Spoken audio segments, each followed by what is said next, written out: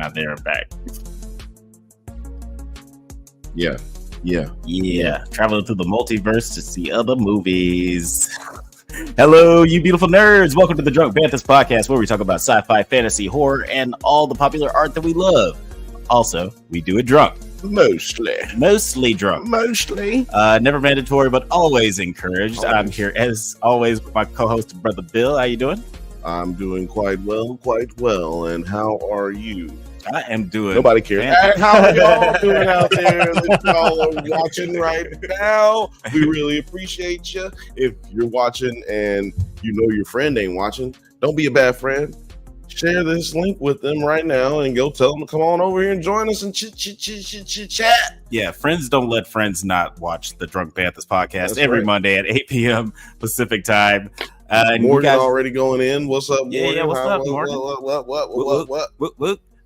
We have such an exciting show for you guys tonight. I'm so excited because we are talking about the Fantastic Four casting. We are talking about the finale of True Detective Night Country, and as always, we're talking shit. And we have, but before we talk about what we're talking about, more than a minute before we said a curse word. We did make it. We made it over the minute. There's a reason I didn't speak for a minute. It's like I only speak in cursives. Right? You're introducing our panel for tonight. One-man band Ray Clark. What is going on, man? How's it going? It's good to be back. It's nice to have fucking internet again and get to talk shit about a bunch of things that I watch. I'm really excited to crap on things that people put a lot of effort into. Right? It's like, I know you worked really hard on this. Now let me tell you why it was wrong. Been so excited to talk shit about all of the things and pretend that I could do a better job. Isn't that what the internet is for? That's what the internet is for, my friend. Speaking of which, guys, thanks so much for watching the show tonight and tuning in live. Or if you're watching later, or if you're listening on Spotify or wherever you listen to your podcast, we very much appreciate it. Hey, Miss T, thank you for joining us. Hey, what up, Miss T? So let's talk about what we're talking about. Again, we're talking Halo, True Detective, but first let's start off with the big nerd news of the week. Marvel has finally announced the cast of the Fantastic Four film coming out July of next year. We got Eben Moss Bacharach as Ben Grimm, aka The Thing, Joseph Quinn as Johnny Storm, aka the Human Torch, Vanessa Kirby as Sue Storm, aka the Invisible Woman, and Pedro Pascal as Reed Richards, aka Mr. Fantastic. All of these actors have been in some critically acclaimed projects over the past few years, and as far as star power and talent, it makes sense that these actors would be like sought out for these Marvel roles. But let's get into, before we get into there's obviously been a lot of controversy. Everybody has something to say about these castings when they drop. But let's talk about what we liked about these castings before we talk about maybe what we didn't like or miscast. Ray, what did you like about these four choices? Well, first, oh god, what's his name in Stranger? Eddie? Is it Eddie in Stranger Things? Oh yeah, it's Eddie. Yeah. Him as Johnny Storm. Love that. That's really fun. I think he's actually gonna put a really good spin on it. And I think we already know he can do action, and his character in Stranger Things had a lot of humor, and I think Johnny Storm needs humor, so I think that was a good call. I'm going to be interested to see how they do things with The Thing, because with Chickless, we had the bodysuit, which was ridiculous and fun to watch. Yep. But then in the Fan 4 stick, we had just the awkward CGI. So yeah, I'm interested to see just which direction they go with that. Vanessa Kirby, I don't know if I've seen her in anything, to be honest.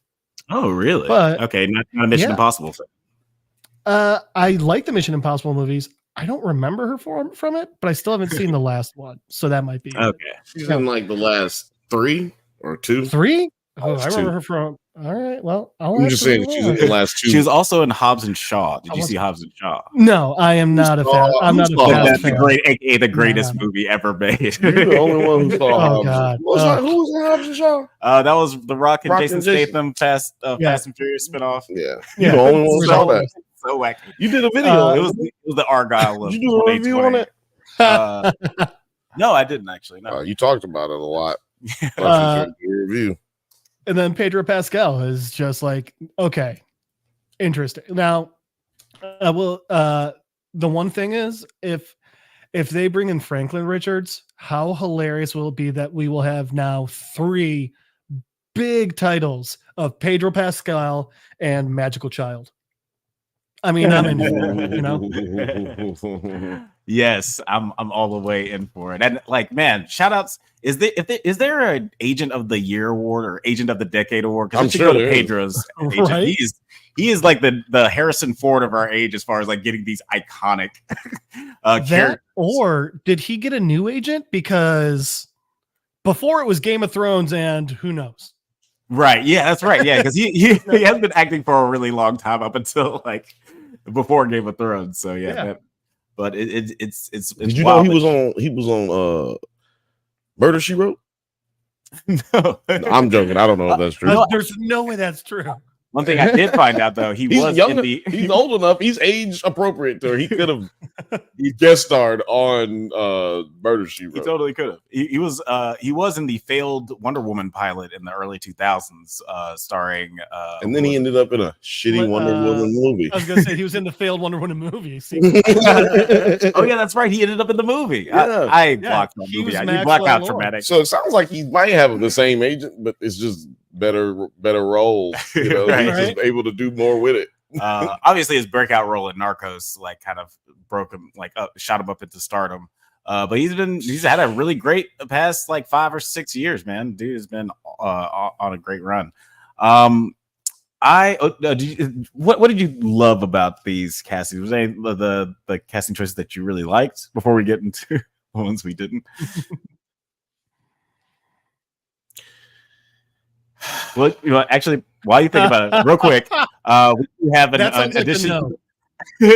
We do have an addition to the panel. Oh, actually, no, we don't. No, we don't. Quit interrupting me, man. Sorry. Go ahead. I'm just let you know right now, man. I don't really like none of these. Oh, you don't like? I don't really like none of these. Maybe Sue. Yeah. Maybe. But let me tell you something. All these people really are too old to play who they're playing. If you want this franchise to go another 10 years, which is what happened with the Avengers. Like the first Avengers, phase 1 and phase 2, they aged out their heroes and they could no longer play them. And then guess what happened?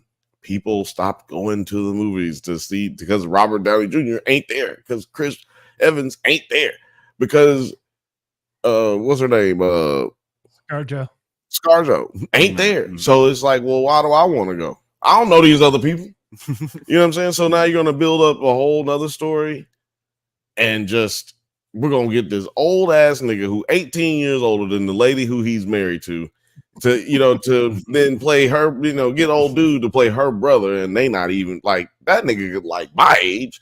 And then we got Ben Grimm, who doesn't matter how old whoever is playing him, because he has mostly prosthetics, right? Or maybe it's gonna be CGI. I don't know how they plan on doing it, but like those things don't matter with him. So you can almost pick anybody as long as they can act. You could pick anybody and put them in Big Ben Grimm, right? Mm-hmm. But the rest of it just don't make sense. Like if you want these characters to age out appropriately, like this nigga Reed Richards is like gonna be fucking 50 years old in 1965. Like niggas don't even live past 50 something in 1965, man. Wait, are they setting it in 1965? So it does seem like from it's going to be set in the 60s, and they're going to go back in time like they did in the comic book. And that was supposed to enter the Kang universe. But who knows? They might change it up since they're getting rid of Kang, obviously. I think it would be a smart... I like the idea of having it set in like a different universe or a different time period, and then they get shot into the universe that we know, because that gives you less shoe leather, where we have to do the whole origin story, figure out how to introduce these people into our world where there are already so many superheroes. It's like, let them have their own space where they're the only superheroes. You say around. Less shoe leather? Yeah. What do you call joints? Left-hand cigarettes? What are you doing? Less shoe leather. Talking like it's 1920s over here.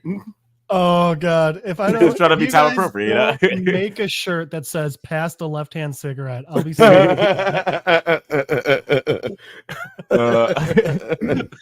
don't know what that means. It's a joint. Okay. It's a joint. A left-hand cigarette is weed out. I never heard that. Well, you heard of shoe leather, but you ain't never heard Because of it. left is evil. Pardon left. But I do like a lot about this casting. Like I do like Vanessa Kirby a lot. I am a big fan of her character and her performance in the Mission Impossible movies. She's a lot of fun. Never done it to her do an American accent though, so I'm curious what that's gonna sound like. Some people are not good at it. Someone who is good at an American accent, Joseph Quinn from Stranger Things. Oh, I thought you were gonna say me, man. I mean, you do have a flawless American accent. Thank you. I mean, Thank you. God damn, man. Can I get some credit around here? I'd argue Bill still has a little Cockney left in it, and it's just like, I'm trying to beat it out of me, man. But I do feel like, and I like Joseph Quinn. He's good. He's fine. Hey, what up, man? Hey. Welcome to the stage. Welcome to the talking nerd. Oh, we do have more people.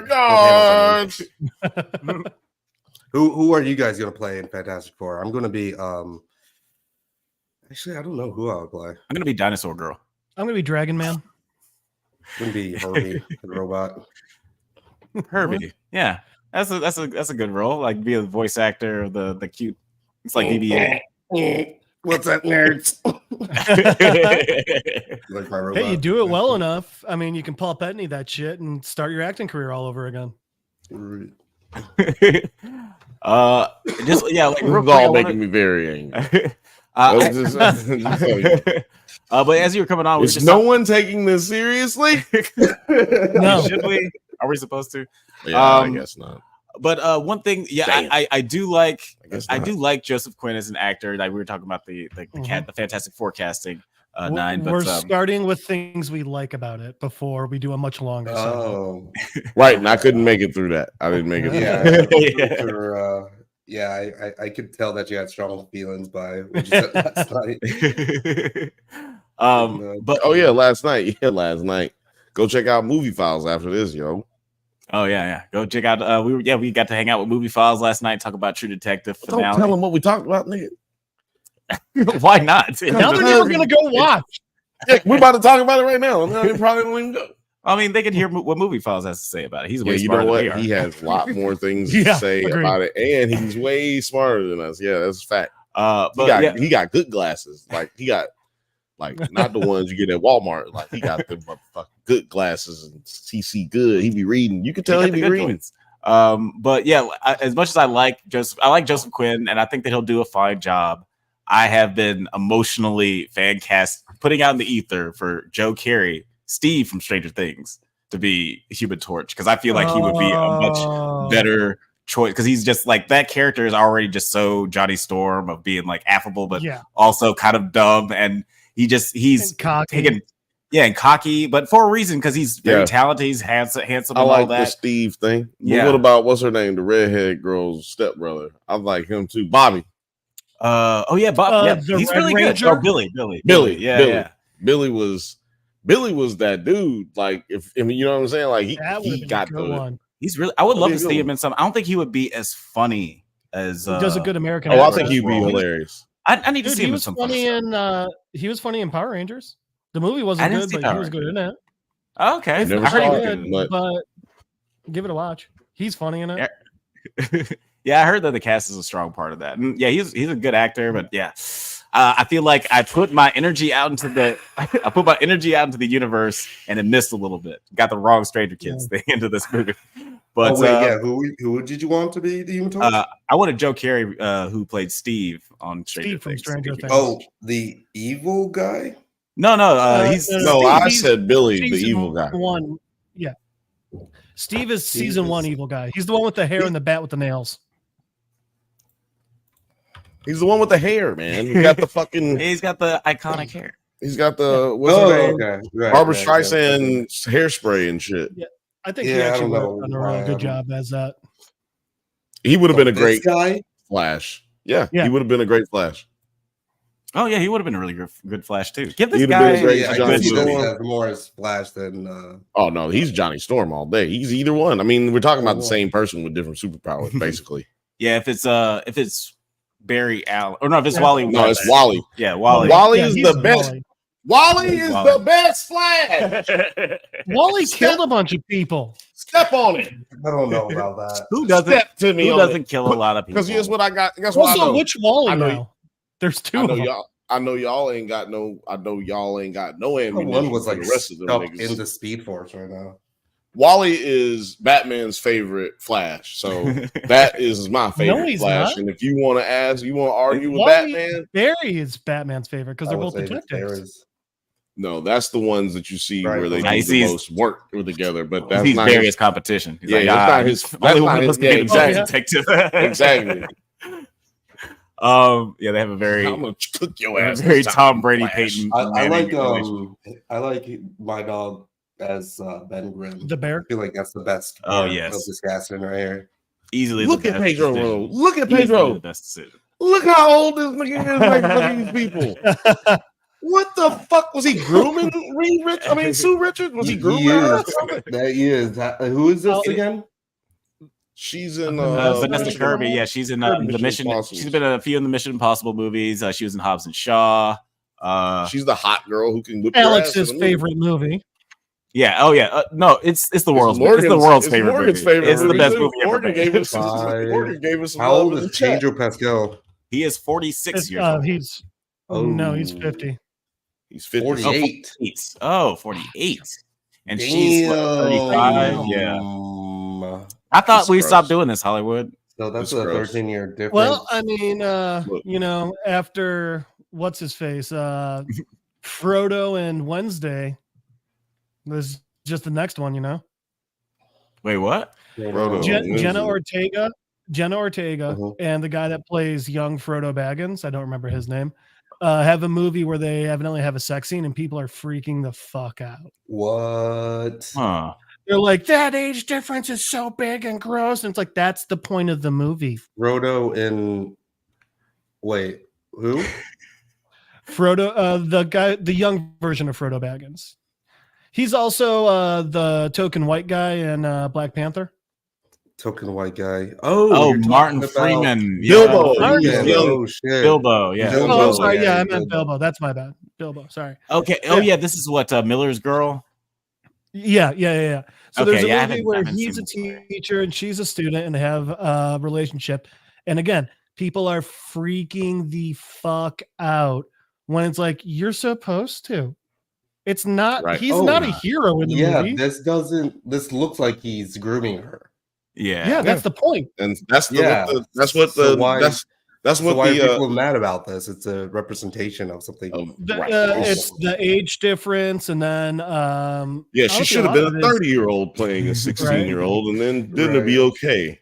Yeah, Yeah, It's I, a- yeah. like it's better What if the hell? like it's better if she was 30.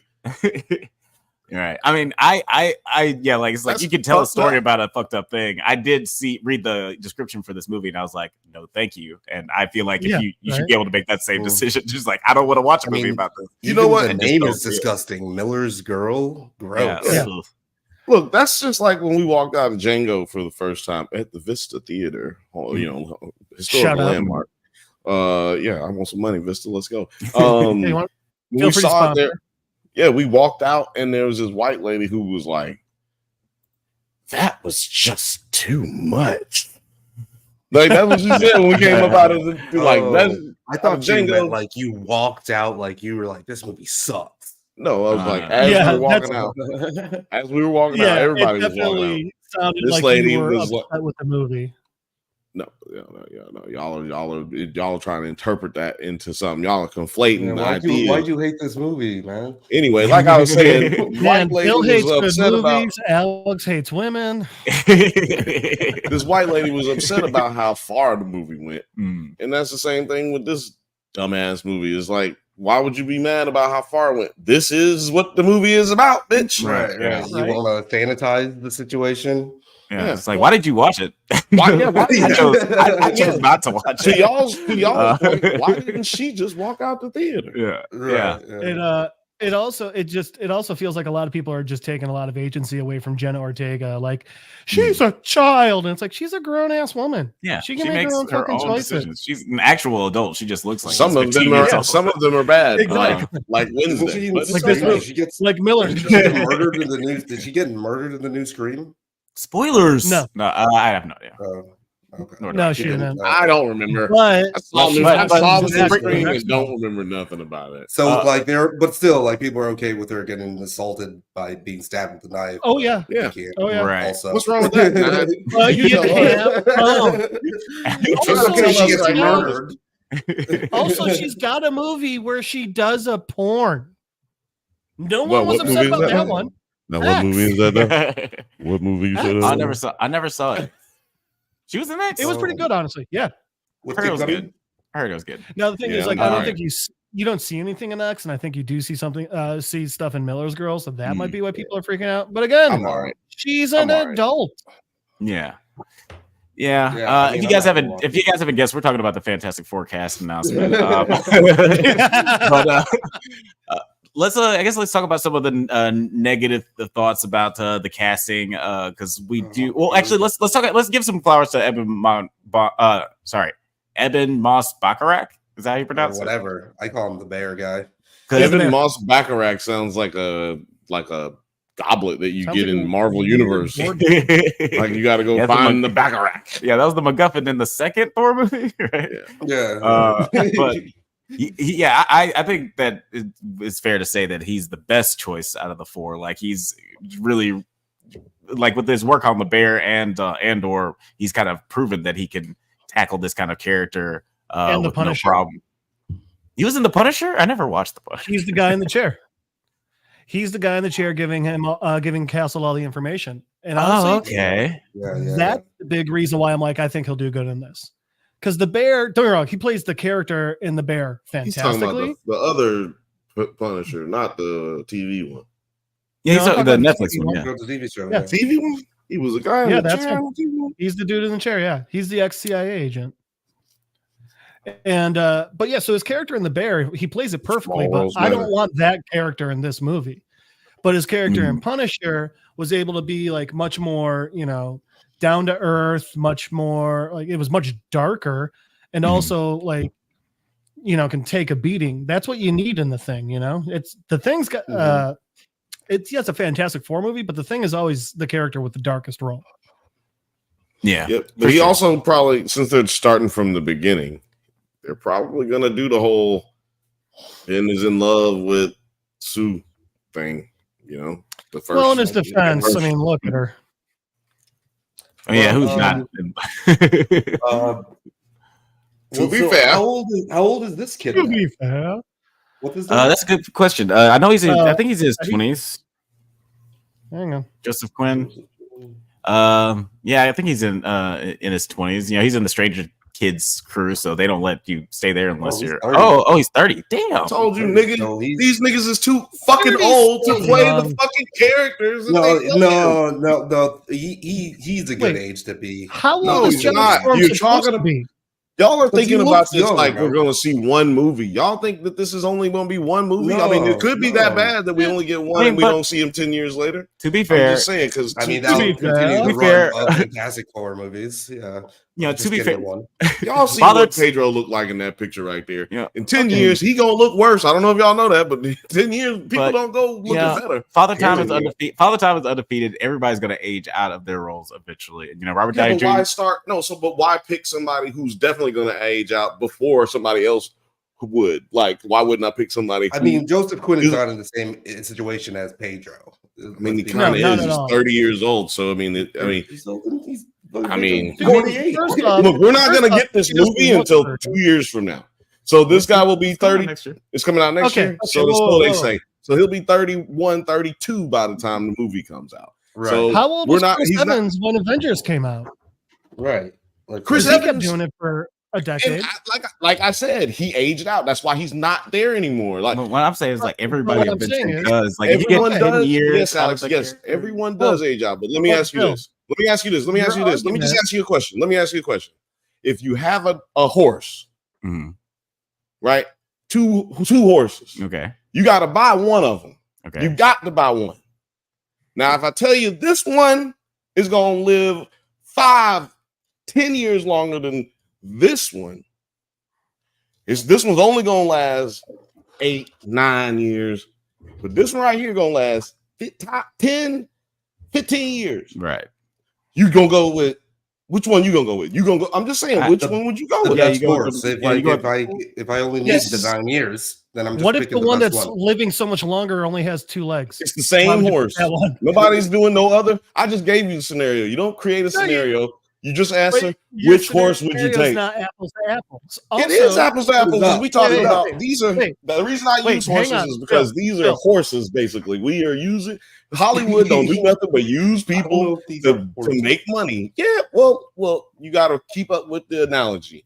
They use actors to make money, betting on the fact that this movie may or may not make money. Hang on, Phil. Right. Your argument is, hey, they need to be able to last, we'll say 10 years, like the original Avengers cast did. Well, Chris Evans was 30 when he did the first Avengers movie. So that's the argument is that's why look what happened. Look at the sales. Look at the ticket sales since Chris Evans and Robert Downey Jr. been gone. Because I just wanted to let you know it's a precipitous drop. I don't think it's a precipitous drop. I don't think there's a drop. Let me tell you something. I come from this time where we used to watch Toy Biz and we used to read the game magazines and we used to beg somebody to make a motherfucking comic book movie. These things don't have to exist. Like, look how quick they got rid of Kang. That just went away. These things do not have to keep existing. And look at what Sony just did with the dumpster fire they just put out. I'm just saying when you keep you could there is such thing as diminishing the property. And it doesn't have to look like it's happening to you on the outside looking in, but there's a reason that the Disney's selling off all their shit right now. They're trying to sell ESPN. These things could be just money grabs, which is why I think they went with the cast they went with. They went for the money grabs instead of going for just some people who are age appropriate for the time that they're trying to put them in. That's just it just makes more sense to go younger. The age appropriation or whatever. I don't think that's the right terminology for what I'm trying to say. But we know what you're trying to say. But the only thing that I feel like is weirdly inappropriate, or not inappropriate, but just like doesn't make a lot of sense, is the difference between Pedro Pascal and Vanessa Kirby. But I don't think there's a direct correlation with the quality of movies and Robert Downey Jr. and Chris Evans not being there because they were both in bad Marvel movies. And I your opinion of bad now, but compared to the ones that have come out in the last 2 years, you would say that those are great Marvel movies. It's still bad, but people have short memories as far as that stuff goes. Like people say, "Oh, now Marvel sucks," but there was a time period where I didn't say Marvel sucked. I said people don't go because people have an anticipation of what what built the franchise is Chris Evans and Robert Downey. And I'm not saying that makes the other movies bad. I'm talking about Q ratings. I'm talking about marketing. I'm talking about what keeps the budget inflated. And once you have issues with getting people to go see the movie, guess what happens? The budget goes lower or the property disappears. Yeah. That's all I'm saying. You got to realize those things because that's what happened. I don't think that now. I still think that they can do like 10 years with this cast. They can do 10 years with this cast, and I don't think And this kid still looks like I wasn't going to guess that he was 30. Well, no. I think that he's I like his casting the most personally. I think that it's a good shot. I will agree with you. While I love Pedro Pascal, 50 is kind of old to be starting this, but the other ones I don't really have much of an issue with. And it depends on what stories that they are going to be adapting here, because it could be the right age for the Reed Richards, depending on what story arcs that they want to cover. They're going back. They're going forward in time. They're going to start in the 60s, allegedly, and they're going to go forward in time. And like I said earlier, niggas in the 60s didn't live to 60. They didn't even. They died around 50 back then. Goddamn, from congenital heart failure and goddamn prostate cancer and shit. That's what old. We can figure that shit out. The only thing I gave him is that they made a Mexican the smartest nigga in the world. Now that's the only thing I can give him. Pretty rad. And you know, I do feel like, you know, no matter how you feel about the casting, and guys, please let us know how you feel in the casting. And see, that's why I let y'all go first. I do. I think we could all agree. Because Alex asked for the good thoughts on it first, and he just didn't have any. No. If they do, well, what do you guys expect? Like, do you guys have like a favorite run of Fantastic Four, like a good story that you would like to see? Well, yeah, Kang, and they're not going to do it. Like that's the only reason I was hyped for Fantastic Four, and they're not going to do Kang now. So I'm just kind of like, can still like, you know, mess with Kang. It can be just a different Kang, you know. Yeah, I think so, but I just don't think that's what's going to happen. I think that's possible. I just don't think that's where they're going to go with it. I think they're going to try to go the Doom route because fans want Doom. Yeah. And so maybe hopefully they don't rush that. Hopefully that process, you know, works itself out slowly.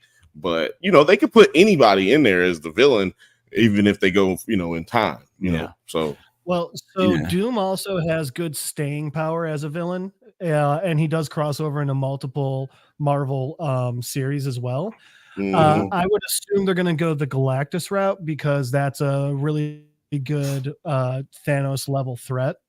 Yeah. So, but the Galactus route would be like a decade away from that. Like we'd have time. If they are doing, if they are going to do Secret Wars, then it would be a perfect time to introduce Doom because he just had the best run in 2013. Yeah, he's a big part of Secret Wars, and also I think that they were planning on doing Galactus. I think that was always the plan to get there because Kang.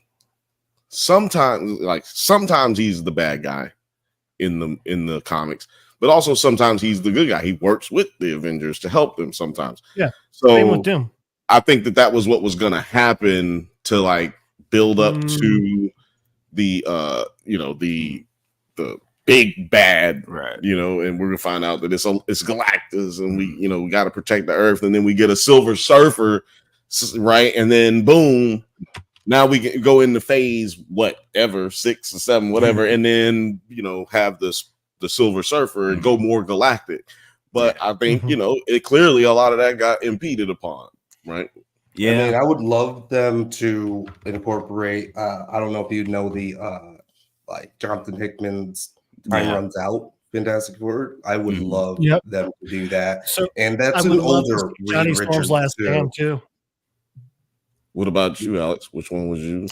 There's like some. I've bounced around in a bunch of different Fantastic Four series. Like I've never been like an avid month-to-month reader. But there's a couple storylines that they did with the She-Hulk that I really liked. Actually, She-Hulk, like I used to have like a little She-Hulk figurine where she was in the Fantastic Four costume. I know nobody wants that except me, but I think that would be a fun team up. But yeah, I would like to see something like that. That's never going to happen. I think Film Age has a really good one there.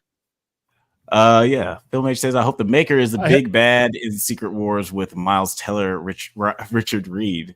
That would be cool. Okay, dude, the Maker we could get a couple different big bad. Yes or no? Yes or no, guys? Yes or no? Will we see a Spider-Man sighting in this movie? Just your guess. So I don't know. Well, here's the thing. Because before you answer, we had the little Easter eggs in the last Spider-Man movie about the Fantastic Four. They had little Easter eggs in there, and so was that. Which was it? Well, like you say, this one's set in 1964. Yeah, but they're gonna end up trying to get back. So what happens is they're in the 60s. They go back in time, like they did in the comic books, on accident. Like Reed builds this time machine, they go back too far, and they go back to the times of pharaohs, and that's when they meet Kang, who is a pharaoh. But then when they leave, I think Apocalypse ends up taking over because they defeat Kang. But anyway, when they come back, they're gonna just do the whole time jump, and they're gonna go too far, like Doc Brown.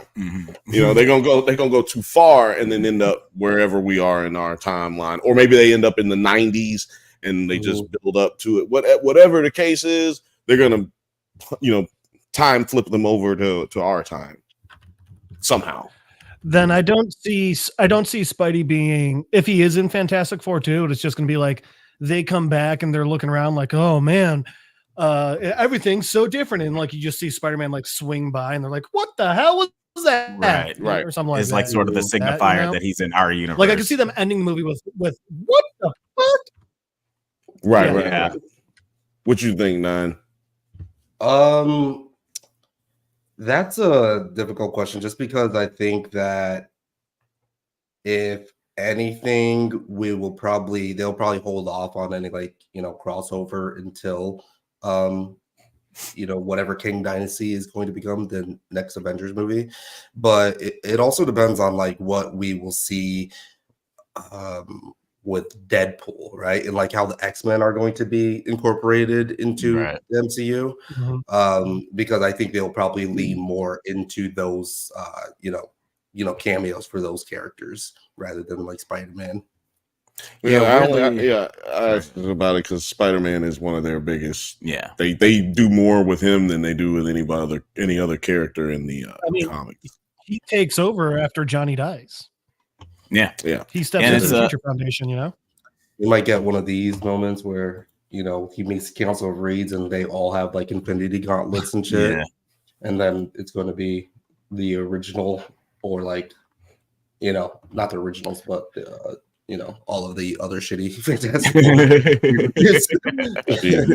I did love John Krasinski as Reed. Yeah, they should have just gave him the job if they were going to give it to Pedro. Like, Jesus. He didn't want to do it. And then his wife also said she didn't want to do it, and that would have been like pretty perfect if they got on board. That would have been awesome. I think Emily Blunt is just over trying to, because I feel like she tried to crack into this for so many times for so long. They keep passing her over, and she probably never heard no before in Hollywood. Like she was this close to being Scarlet Witch. I'm sorry, not Scarlet Witch. Fucking Black Widow. Scarlett Johansson. Got the role. You throwing sneak disses over at Scarlett Johansson?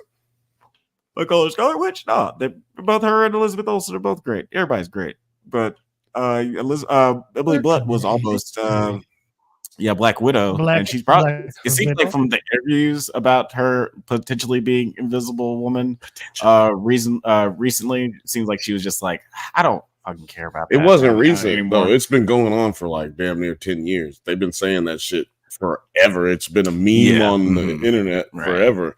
So since Krasinski did Jack Ryan, everyone wanted that, Yeah, I think it's the biggest failure in cinematic history that you couldn't land these. Have you heard about Madam Web? No. I'm talking about somebody intentionally did that. I'm talking about like they weren't able to get this person. You know what I'm saying? Like they tried to get them on this movie, on this project, and they just weren't able to do it. Yeah. Now they did. Now this way, also this is not Marvel, so I do want to say how much we do appreciate Marvel now that the Madam Web movie has come out. We really appreciate y'all, all you movie studios, Paramount. We appreciate you, Warner Brothers. We appreciate Universal Studios. Yeah. Matter of fact, and if you want to be a filmmaker, if you want to write movies, with how great Marvel did Madam Web, I agree. Do whatever the fuck you want. Like you can make it. You can do whatever the fuck you want to do. If you just got a camera and some microphones, that's all you need, apparently, because somebody will give you $100 million one day. As long as it's vaguely, long as it's vaguely related to Spider-Man, Adderall. someone will give you $80 million to make your Take movie. take an Adderall and write a script in a day, and they will give you $100 million. Throw a dart at a Spider-Man script. I mean, Spider-Man comic book, and whoever it lands on, make a movie about that person, and they'll give you fucking $80 million. What was that Michael B. Jordan? What was that Michael B. Jordan superhero movie where it was like all filmed on their camera phones? But it wasn't. It wasn't. It was awesome. Mainstream. Yeah, that one was great. And hey, there you go. You don't even need a fancy camera. You can make your own fucking movies. Yeah.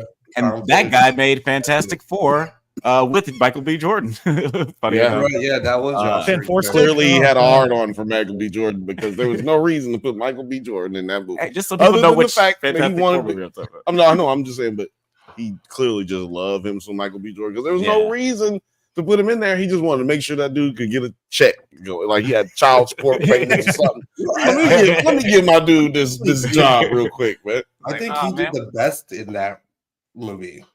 I still haven't seen that. He was. You know why that movie got made, right? Like seriously, you know why that movie got made? Yeah, just so they can retain the rights. The rights were about to lapse. Yeah, no, everybody don't know that. You know, we got people listening. Yeah, we're educators too. But anybody have any something when you come to the drunk Banthas now. Yeah, I might not learn it from us, but you can learn something. I still haven't watched the Fan 4 stick, but maybe it's a candidate for Does it hold? It definitely doesn't though. Just a heads up, you're gonna have to hate watch it. I hate watch everything. That's why I hate watch everything. That's why when it comes out and it's good, I'm like, yeah, that one was really good. That was really good. I remember the trailer being so badass. Damn. 9% on Rotten Tomatoes. 9. Jesus. 9. Not as bad as 18% audience score. Shit. I think it's God. Oh, that's so terrible. How bad is Madam Web right now? Because when I saw it was 16. Oh, that's a good question. It's not on the. We can do the Tim Story Fantastic Four ones for Does It Hold Up? Because I'm curious how well those hold up. But I don't know. Maybe we need to skip this one. 12%. 12%. It just looks so stupid. I'm just saying, that's kind of crazy that this is higher than. Oh, give it time. Nobody's really seen it. Just give it some time. Right? Yeah, that's it'll be 3%. I can go see movies for $2 a movie. And I had friends who were like, hey, we're gonna go get drunk and hate watch it. And I still said no. I wasn't willing to give $2 for that shit. Do not let people peer pressure you into doing things to your body that will cause you harm. Do not let them convince you. You do the right thing. You say no. Yeah, we'll say don't. We're going to watch this movie, all right? Oh, I saw it. Oh, you already saw it? Yeah, I saw Madam Web. it. You want to give you a quick review of Madam Web before we move on to the next? My quick review of Madam Web. You guys remember? You guys know the. I saw Madam Web in a D-box for a laugh. Not worth it. It's like even being a D-box.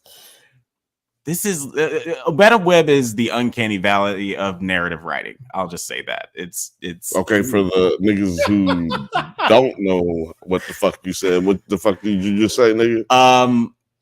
Don't go see this movie and reward bad behavior. Go see something like Argyle, where you'll actually hate watching it, and you'll have a good time. Yeah. That's what I've been saying. That's what you're looking for. That's what I've been saying about DC movies. Period. Like y'all quit being a part of the problem. Stop watching this shit. If it's bad, quit fucking supporting it. Yeah. Use your dollar. Can I say something? Yeah. Yes. I love DC movies. And even the bad ones. Not the Flash. I actually like Flash. It just wasn't like the CGI wasn't great, but I like the Flash. The acting wasn't great. The story. I'm not doing this again. I think Ezra Miller actually did a good job acting in that shit. Yeah, me too. I think Ezra Miller should be kicked in the dick. He should be. He might like it. But guys, let us know in the comments what you feel about the Fantastic Four cast. Should Ezra Miller be kicked in the dick? Yeah, should he be kicked in the dick? Find out next time on Drunk Banthas. We're going to move on to our second topic of the night. We're talking about episode 3, season 2 of Halo, the video game adaptation. This is an interesting episode. Nice way to continue the narrative. I'll just wait for you to get done with that. You keep doing it. So you just keep talking. Okay. Master Chief goes rogue on an off-book mission and gets his whole crew suspended. What did you guys think of this opening where all of his friends get mad at him because they think he's a paranoid lunatic? Bill? Or just keep singing. Jeff, what did you think? The singing's not done. Tell his disrespectful ass motherfucker who ain't never played the Halo game. Tell his ass to stop it. Tell it. So as I was saying to Alex beforehand, I never saw season 1 of Halo. I just started watching it today. I am amazed with how boring it is. Well, I fell asleep during this episode, and I had to rewind and watch it again, which I wasn't happy about. What was did you watch 1 and 2? Which that says 1 and 2, by the way. I watched all of the season 2. I watched 1, 2, and 3 today. And like I said, I'm bored. And don't get me wrong, I don't need like crazy action packed, but like, man, it's but there's a lot of I will say this season. First season was really bad. Not really bad, but it was bad. It's pretty bad. You know what I mean? But there are a lot of plot devices that you aren't aware of because you didn't see the second one. So there's a lot of things that you probably feel are boring because you don't know, like you're not being grabbed by the you're not getting that pinch to have an ouch. Okay. You know what I'm saying? Like they're trying to grab you, but they're missing you every time because it's not landing with you. Yeah. I understand why you would think it's boring because I thought this episode was kind of boring, but I was intrigued by the answers that I'm trying to get answered, right? I mean, the questions that I'm trying to get answers, the answers that I'm trying to get out of what is taking place next. Right. So, I guess I basically also just told you what I thought about this episode. It was kind of boring, but it was a lot of stuff that really, we needed to know. So it's like a little small drop off, which you're supposed to have in like an episode 3. Yeah, it was definitely a lot more contemplative. There's a lot of conversations, especially what's going on with Ackerman and his family. But I really appreciated this episode. I think it has a lot to do with as unimpressive as the first season was. They did a lot of groundwork for these characters, and they did go through a lot of things. And I think that Stranger Things. Well, definitely Stranger Things this season. But it's people like Quan and Dr. Hosley. Though I didn't love a lot of things that they did in their first season, it's informing a lot of the things that are happening dramatically in this season. And it's just like, wow, these characters have come a long way, mostly because these writers are good now. Yeah, they changed everybody up. They what if they did this? Yeah, they just fired a lot of people, and now the show is like on a different direction. Something that's so obvious in that the actors are even speaking on how the tone has just completely shifted for the better. Yeah, for the better. Like they've made that clear that this is better than what happened last year. So they've had their own admission of guilt for what took place last year. Yeah. Good luck to season 1 writers getting jobs ever again. Yeah, right. Oh, yeah. They can have a job right here at Drunk Banthas. All you have to do is hit us up on @Drunk Banthas on Instagram, drunk_Banthas on Twitter. Thank you. Yeah. Oh my God. Could you imagine if we just kept giving them like premises and having that like for what we think is a really great story and just enjoying the crapshoot that they make out of it? I love it. That would be incredible. It's called Hollywood, baby. You just described Hollywood, baby. Don't see movie pitches. Yeah. But what did you guys think of just the opening of this episode as continuation of the last episode where Master Chief has gone rogue and he's taking his Rouge team to go find the missing Rouge. Cobalt team. But it turns out, everybody's trying to make him seem like he's a paranoid lunatic. What did you guys think of this paranoid? He's not paranoid. We talked about this last week, man. Y'all better listen to Master Chief. The fuck wrong with y'all? I don't even understand why we having a conversation. Why are we having this conversation? Why? So that's what made it boring to me, right? Like, we know that this nigga is wrong. We know old Smythe looking. What's his name? Ackerman. Ackerman. Yeah. We know his little ass is lying. Ackerman. We know Ackerson. Yes, Ackerson. Whatever. Look, it don't matter. He garbage. Not that he's a bad actor. I'm just saying, his character, he's garbage, man. Like, we know he lying. Like, why we gotta sit through a whole episode where we wait for everybody else to figure out that he's lying? Right. We could have did that early or late in episode 2. You know what I mean? Right. But it is what it is. Like, also, I did like the. I was just gonna say. Also, I feel like Acker or whatever the fuck we're calling him. Acker. I feel like his character is kind of a trope. The hey, everything's fine, so we're gonna bring someone in that fucks it all up because they got to be the tough guy or the big man, and it's a bit of a trope, and just you always fucking hate that guy for good reason. Yeah. But just having to listen to him is so fucking annoying. Yeah, I feel that way about his character. Like, I don't know if it's that his writing is bad for him or that he's just doing a great job acting as this character. I don't know which one it is. Right. Because right now, I don't like his face. I'm sorry to old dude that plays him. Like, I don't have a problem with your face, really. I just don't like it right now. You're ugly. Speaking of Aggerson, he has got some family matters going on in this episode. We get a lot of reveals about him and his father, and most importantly, his dead sister Julia and her fatal connection to the Spartan program. It's a rare condition in this day and age. Yep. I'm glad I wasn't the only one who my mind also went immediately there. Hey, that's why I said it. Because family matters. Because it really does. It does matter. Hey, that's a double entendre.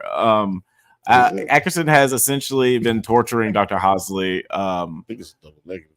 I think it's just a double meaning.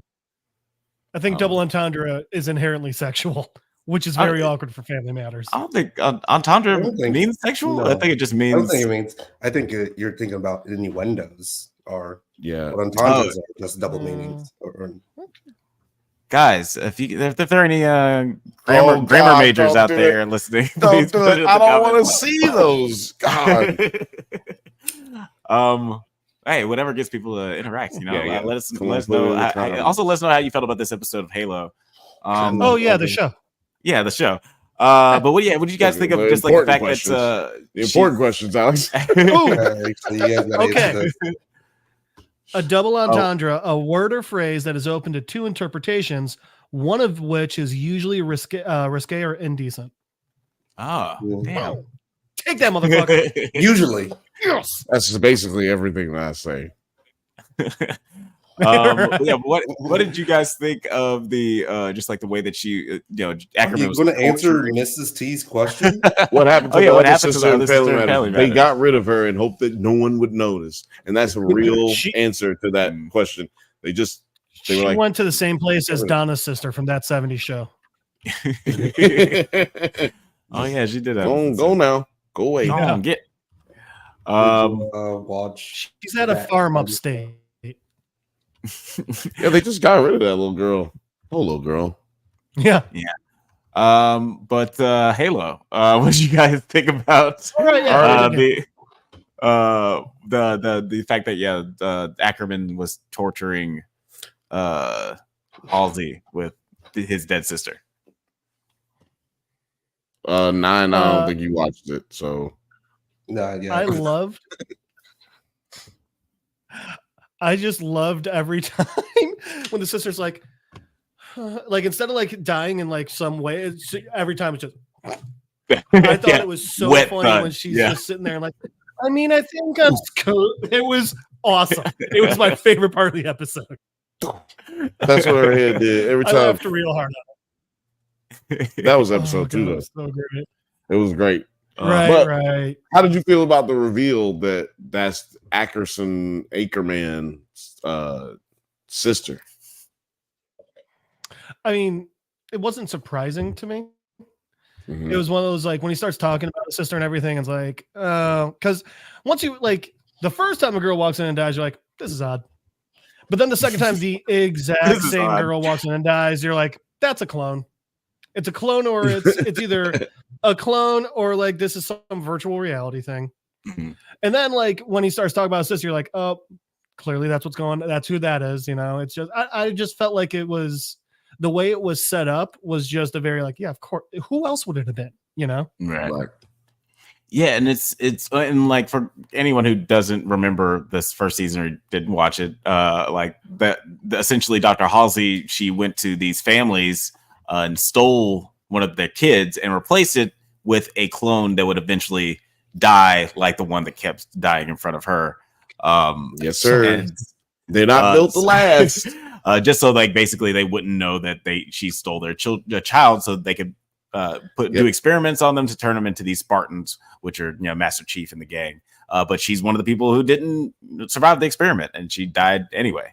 But because she's weak. Basically, yes. Her DNA was inferior, and she died because if a real woman would have been able to take this. Yeah, it was pretty tragic. Like just everything that's going on there with like Julia, but is Dr. Hosley the most evil person on Earth? Because she doesn't seem remorseful. No well, there is an Earth. Oh, sorry, in the universe, because she seems really unbothered. She's like, yeah, I remember this. Yeah, it's pretty fucked up. But you know, no, she didn't do that. Apples, she hit him with the. You think I didn't know who this bitch was? Right. That's what she hit him with. Yeah. Like, you thought that I've been in here not knowing who this is? I remember all of them motherfuckers. Okay? I did that. Not because I cared. It was hard work. It was also great. It was also so great seeing, like, every time one of the clones dies, it wasn't like she was like, oh, she was more just like, oh, come on. Right, so frustrating, so annoying, and it was just like, wow, you just don't give a shit. Yeah, I wouldn't care either. I'm locked up. Y'all won't let me go nowhere. Awesome. I'm like, yo, fuck this kid, man. Let me up out of here, man. Yeah.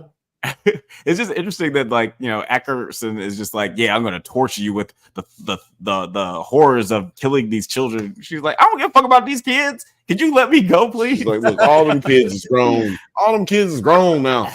Nobody care. Their parents probably dead. Who cares? Who cares, man? Let me out of here. I hadn't had fried chicken in 2 months. But elsewhere, we do get a story with Layra, Kessel, and Quan Ha. They seem to be in a tight spot. They're in a tight spot. Are they not? Am I right? Right, these guys keep getting into hijinks. But I do. I personally feel like Quan Ha's had like a Sarah Connor-esque turn, like 180 as far as her character goes. Well, she got sold into slavery since we last seen her. Right.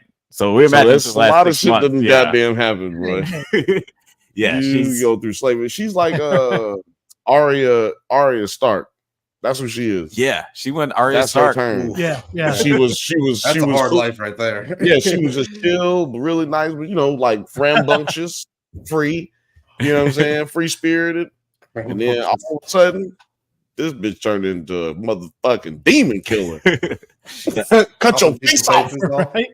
This is honestly it's a face off. This is my favorite part of the episode. But Ray, what did you think of like this storyline with her? Like, I know that you don't have like the backstory of what happened with these characters in the first season, but did you enjoy this, you know, divergence from the Big Covenant storyline? Yeah, I think it's a good idea to get us away from it, take us out of that a little bit.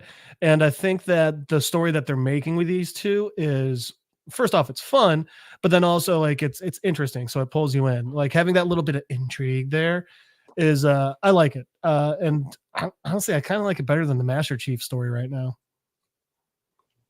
No, I'm not. You're not alone there. I honestly really liked this storyline too. wait a minute. You like Quan's story more than Master Chief's story?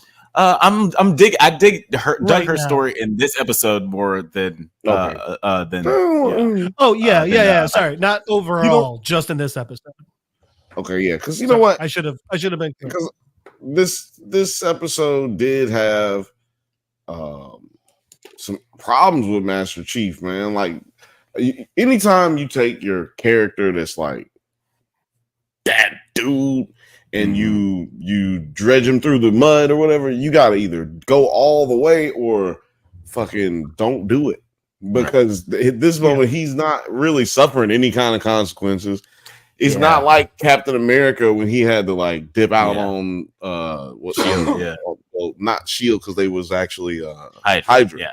But he had to dip out because he would, you know what I'm saying? Like you either gotta dredge him through the mud and like make him really go through some emotional shit, or just don't do it. And they didn't really do that. He did feel like a man on the run in this episode. Not at all. He was just running around big chilling. And he was like, I wish a nigga would run up on me right now. Right. Like, what are you gonna do? I will rip your spine out through your head, nigga. I will pull your neck out your body. Like what? Your circular circularly. Man, that suit looks so good though.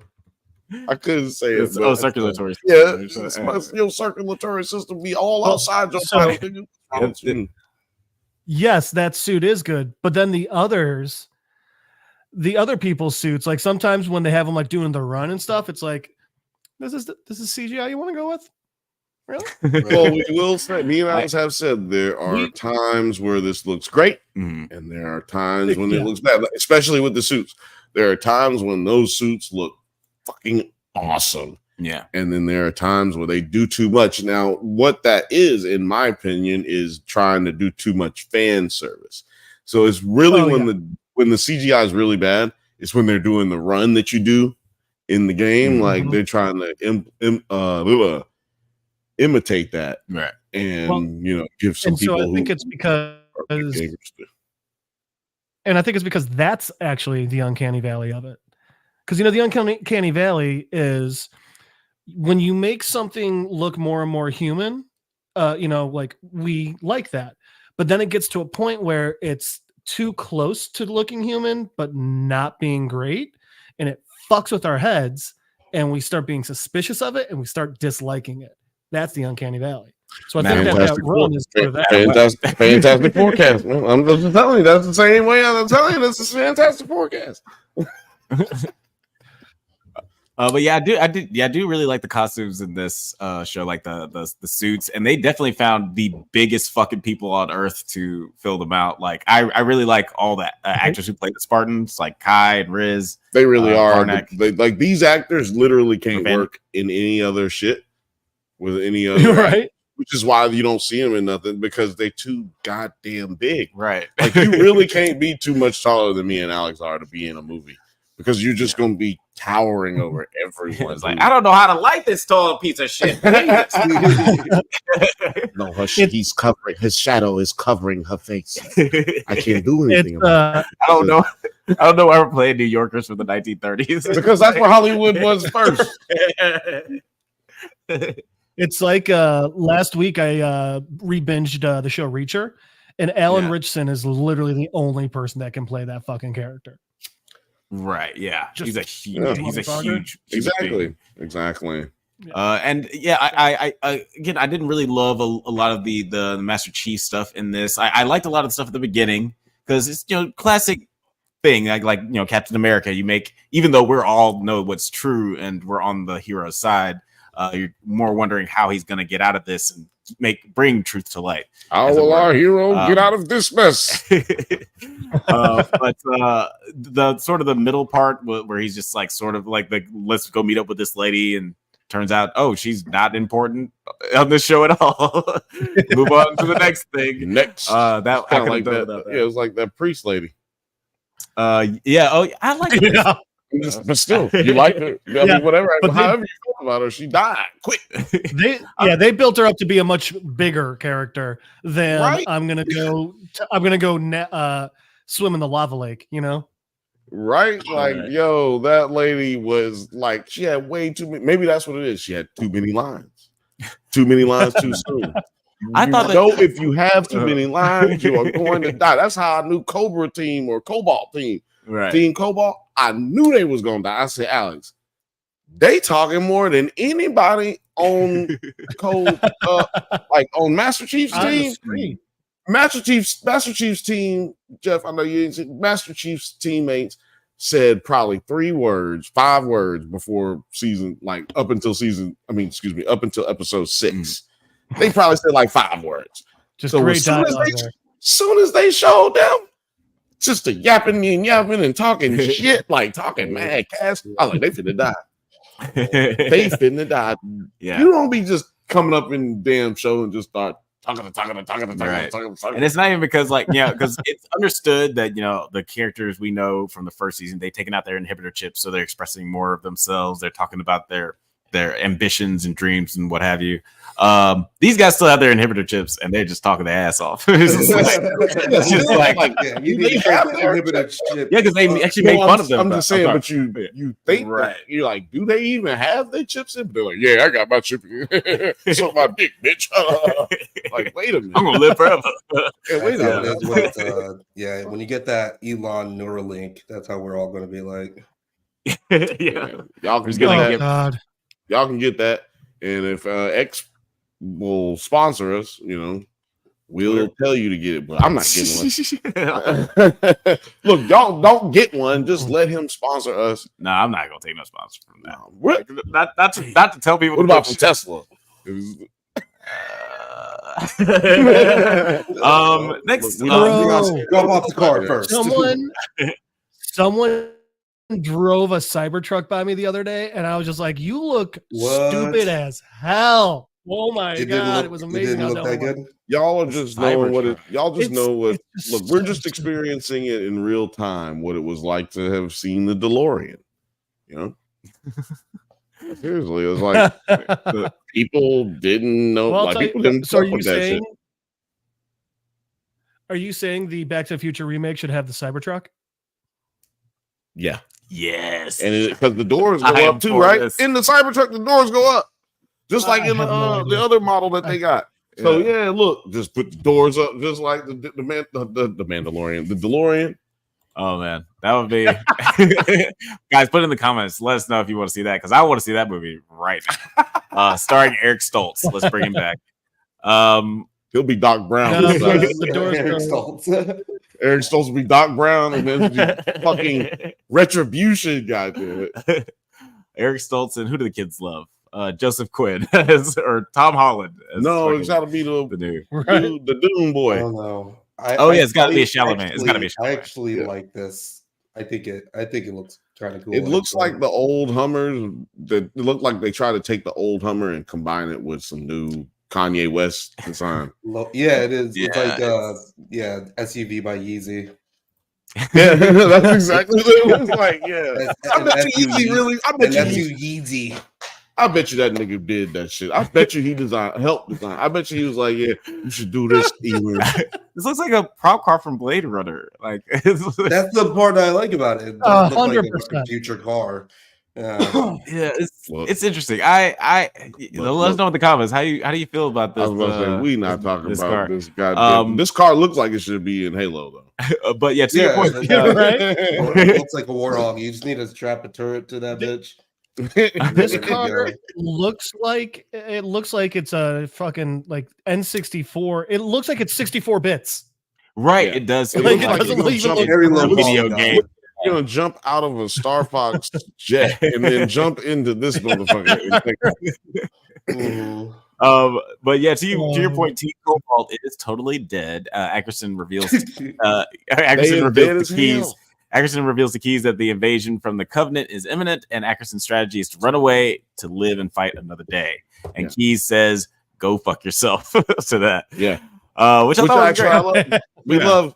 Also, this nigga's British. Why can't he just be British? Let him be British. We're in the Galactic Empire, or whatever the fuck it is. Just let him be British, man. His accent's weird. His accent's American, but from nowhere in America.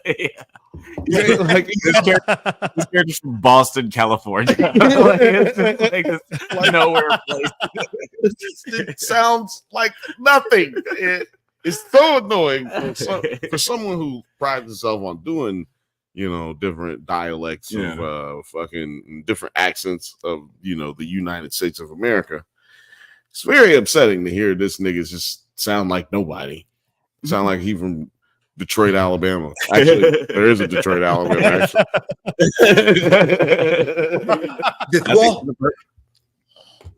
I think there's a Birmingham, Michigan too. There is. There's a Birmingham, California, like here in Los Angeles. Fucking crazy. But yeah, what did you think of this scene where it's all kind of laid out to Keys? Keys decides he's gonna stay and fight. Ackerson sticks to his guns. He's gonna go ahead and run. To go fuck himself. Like, man, I'm gonna fight. I'm not gonna run. I thought that was hard. Yeah, like that was hard. It's a cool moment. It was ridiculous. What about you, Ray? What did you think? Could not agree more. It was like, okay, this is exactly how I would see this playing out too. You got the bitch, little bureaucratic, like, oh, I'm in charge of all these soldiers guy who's never been in a fight a day in his life. Of course, that's how you want to play it out. And of course, the actual soldiers, the actual tough guys are like, fuck off. No, Yeah. I liked it. I was very happy with it. Not to be the and actually guy, but he did. Ackerson did say in the first episode that he did serve. He's General James Ackerson. Yeah, he used to serve, and that's why he initially. But then he's the guy who served as guys. It's really important that all of these letters go out on time. Actually do he was pushing papers. You can become a general and it didn't do nothing in combat wise. Mm-hmm. But you know what I think it is? Edge of Tomorrow. He's Tom Cruise's character in the beginning. Bro. Oh, okay. Just like a pompous douchebag. No, I don't need to buy that in marketing. I think that this dude. I love that movie. Well, I think that this whole show is a direct contrast to like Foundation, like how they handle things, like as far as rank. Hey, we're in space, blah blah blah. It's like, look, I don't give a fuck what y'all say. I'm gonna do what we gonna like. Eventually, like on Foundation, that's basically what they come to the conclusion of. Like we in space, motherfucker. You can't tell me what to do. You over there, I'm over here. Like you want to do something, come talk to me about it. We can meet up. But goddamn, we in space. Don't hit me with no shit. Look, if I say I want to do something, I'm gonna do it. And that's like Master Chief and them. If the admiral should just kill this nigga in the motherfucking like what? You done sat there. He done already said he was gonna cover up some shit. Like just chop this dude's head off and go on about your business, and then be like, "Look, I had to kill this nigga. Why? Because I had to."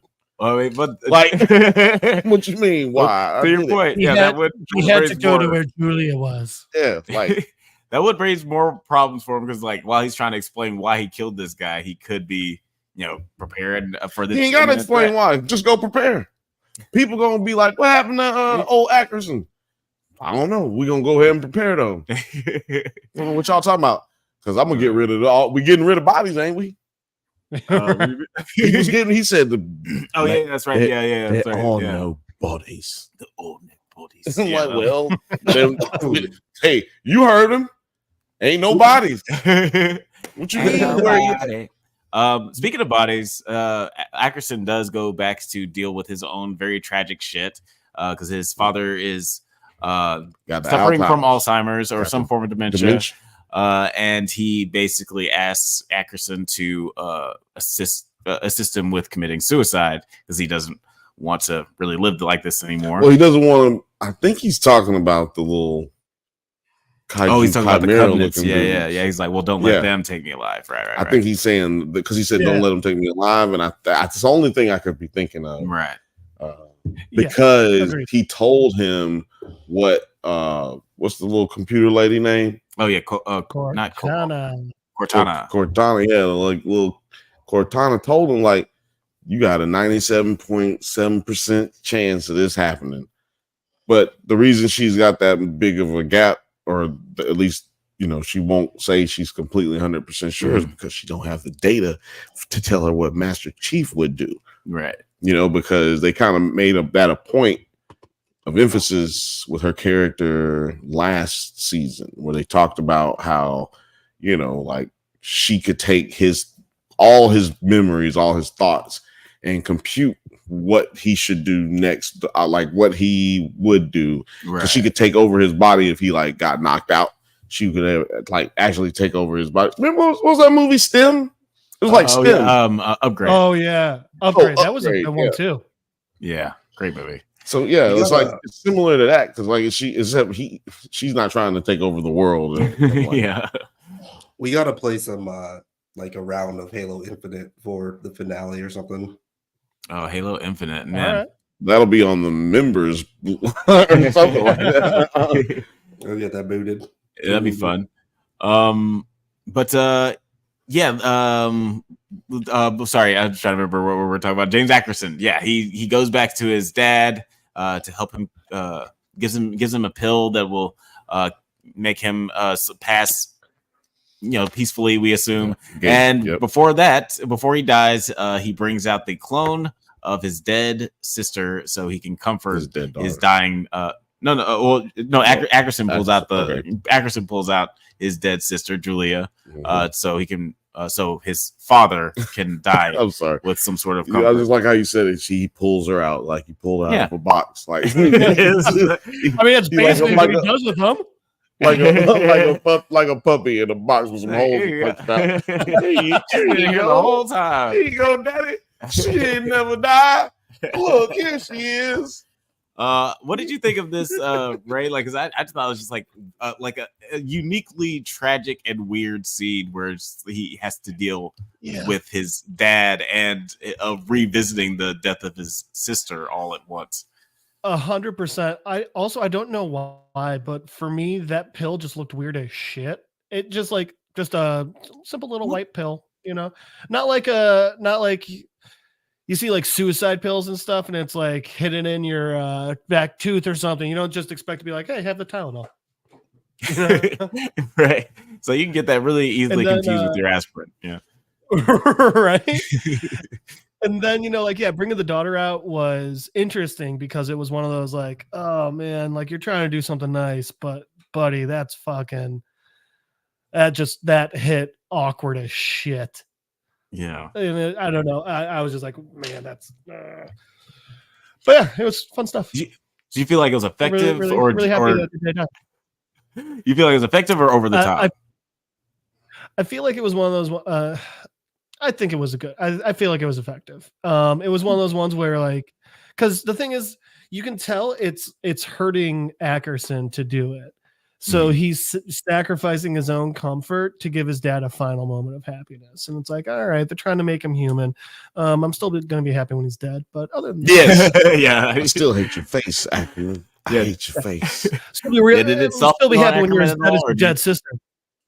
Did it humanize Ackerman for you at all, or do you think this is an interesting moment for him? No, what humanized him for me is that Master Chief told him what the fuck was going on, and he was like, "No." That was what humanized him for me, because that's just humanity. Stupid as a motherfucker. Got niggas telling you what you need to do right in your face, and then you just gonna go out here and do what you want to do.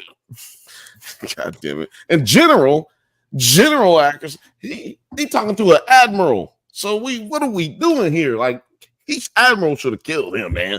I'm just trying to say, man, this is just ridiculous. The chain of command. He should have killed him. Yeah, for sure. Yeah, we were talking about we were talking about the Julia, the scene where like dead Julia and Yeah, I know. I'm just saying, like, it didn't empathize. You said, did it? You asked me, did it make me empathize with him? Did it humanize it? And I'm saying, hell no, it didn't make me human. What humanized him is how stupid he was. That's what made him humanized. Is how fucking dumb this thing is. That I paraphrased exactly what I said before, but I'm sure the chat got it. But I was just, you asked me that question. No, yeah, for sure. No, I'm picking up what you're throwing at. I got lost there a little bit. But that's my own fault because marijuana impairs the memory. Yeah, then let's talk about like the very last scene, because Master Chief does go rogue again. He goes total Ethan Hawke. Or no, not Ethan Hawke, Ethan Hunt. Ethan Hawke, yeah, Ethan Hawke. Ethan Hawke went rogue sometimes. He did go rogue. Ask Uma Thurman. Ask get that Ask his dog. Bow. Catching all these strays out here. Yeah, like he goes rogue and he goes to find Perez, the only person he would really trust. Yeah, Perez Hilton. He is in this. He's in this movie for some reason. So like he goes meets up with Perez because she's essentially the only other person you could trust, and she reveals that she's decoded this recording that she got off Sanctuary that is essentially. Well, I'm sure that they had like little recording devices in their stuff. No. I meant like how did she translate it? I wasn't talking about. How I'm just like, how did she translate that shit? Yeah, it seems like we're led to believe that she was obsessed with it afterwards because of the sound, and she probably just like put in like 24/7, just like trying to figure out what the sound is all about. Yeah, I can listen to some French. I can listen to a French book, a whole book, audio book, and wouldn't know what the hell to do with it. I can listen to it 300 million times. I ain't gonna know no French. I know how to say everything that's in that book. Omelette de I don't know how to say all the words, but I just won't know what I'm talking about. That was weird to me. Sorry, I just didn't like. They're gonna have to explain that next episode. Like, okay, how to? Yeah, maybe she's like a Hura and she's like a linguistics. That would make specialist or something. She's got a skilled tongue. They're gonna have to explain how they're gonna have to have some type of explanation for them to take intelligence information from just some private ensign type bitch who we don't even know what her qualifications are. So I'm just saying they're gonna have to explain that, or they're just gonna leave it making it look crazy. Wait, explain what part now? Like how she knew the words. Oh, how she knew the words. How did she translate some stuff that she has no idea what it is? Right. Like, and she does get the translation. Yeah, like maybe we'll get a little bit of explanation later, but the translation is basically talking about Duolingo. Right. Yeah. Yeah, maybe we'll get like an explanation. Like, yeah, like she became general because she's like Uhura, and she's general knowledge. But we'll see what in the next episode. But maybe we won't even get a chance to get into that because things pop off pretty quickly as soon as Perez explains that the message is basically a prayer, the creepiest prayer in the world. That's basically like we will. That's not a prayer. Well, that's what I know. That's what she said. But I just want look. There's a scene somewhere where I know this for a fact now. I know this to be true. There is a scene somewhere on the cutting room floor where she says that to Master Chief, and Master Chief says, "Nah, little girl. That's dumb as hell." Like, there's a scene where that happens. I am sure. I know it. Look, I got inside connections. He's got the documents. I got the documents. Did you think that this scene was effective? Like, do you think that they like it was like foreboding and pensive and all that good stuff? I thought it was crazy. I mean, I liked it because I forgot what he said exactly. But man, he said some shit in there that I was like, oh, because they called the demon is what they call Master Chief. So when he said we will put the head of the demon on the stake or whatever the fuck. Yeah, like, right. I was like, oh shit! It's like they This coming for nigga you. just called you out by name, son. Like you need to get somewhere and hide, or get you some homies. Son, they own your planet, son, and they got the like cloaking capabilities, so you might not even know where they at. They might be like already just chilling somewhere, like in a dumpster or something, because they stink. Apparently, That's right. Master Chief said the reason he know where they are when they're invisible because they stink. This is. I just googled like this is the very first part of the prayer. I'm not gonna say the whole prayer. I'm not gonna say the whole prayer. You want to read it? Yeah, read the whole thing. I don't want to go find it. That's I just. It's just all. It's only just the first part. Okay. Yeah, no, we ain't trying to do all that. But the first part of the prayer: I bring you blessings, people of Reach. Know that I have come without mercy, without pity. Know that I am the instrument of your extinction. I bring this planet forth as a burned offering. Jesus, but I thought he said blood offering. Oh, I don't know. I mean, I thought that's what she said. Yeah, I don't. Google don't be knowing what the fuck they talking about. But yeah, like that's a weird way to start off a prayer. It's like, hey man, we're gonna just come and kill your whole civilization. Yeah, no. After that is the. Wait a minute. I think that they paraphrase this. This is like taking the taking out. Like a part of. They took the beginning and the end and combined it. Okay. Because he goes on about chopping niggas' heads off and goddamn using his blood. May the blood of the demon show the path to our righteous destination and all this shit. I was like, God damn. He just, look, if that was a rap battle, he ethered this dude, okay? Like, this is insane. Have you guys well actually I'm pretty sure that the Banthas haven't Mr. Clark, have you played Halo Reach? No, I haven't played this one. I played the first two. I really gotta get back into Halo. They were fun, and I actually I liked the idea that the Covenant were like that they leaned into like it was this religion, and hey, aliens will go to war with everyone over religion as well. I just thought that was always super interesting. Yeah, they have their own like jihad that they want to fulfill. It's really interesting. And then so Halo Reach is the prequel to the like whole Master Chief storyline. But I won't spoil it. I won't spoil it here, but like it's actually one of my favorite stories in the Halo universe. Huh. Okay. Yeah, I'll have to check that out.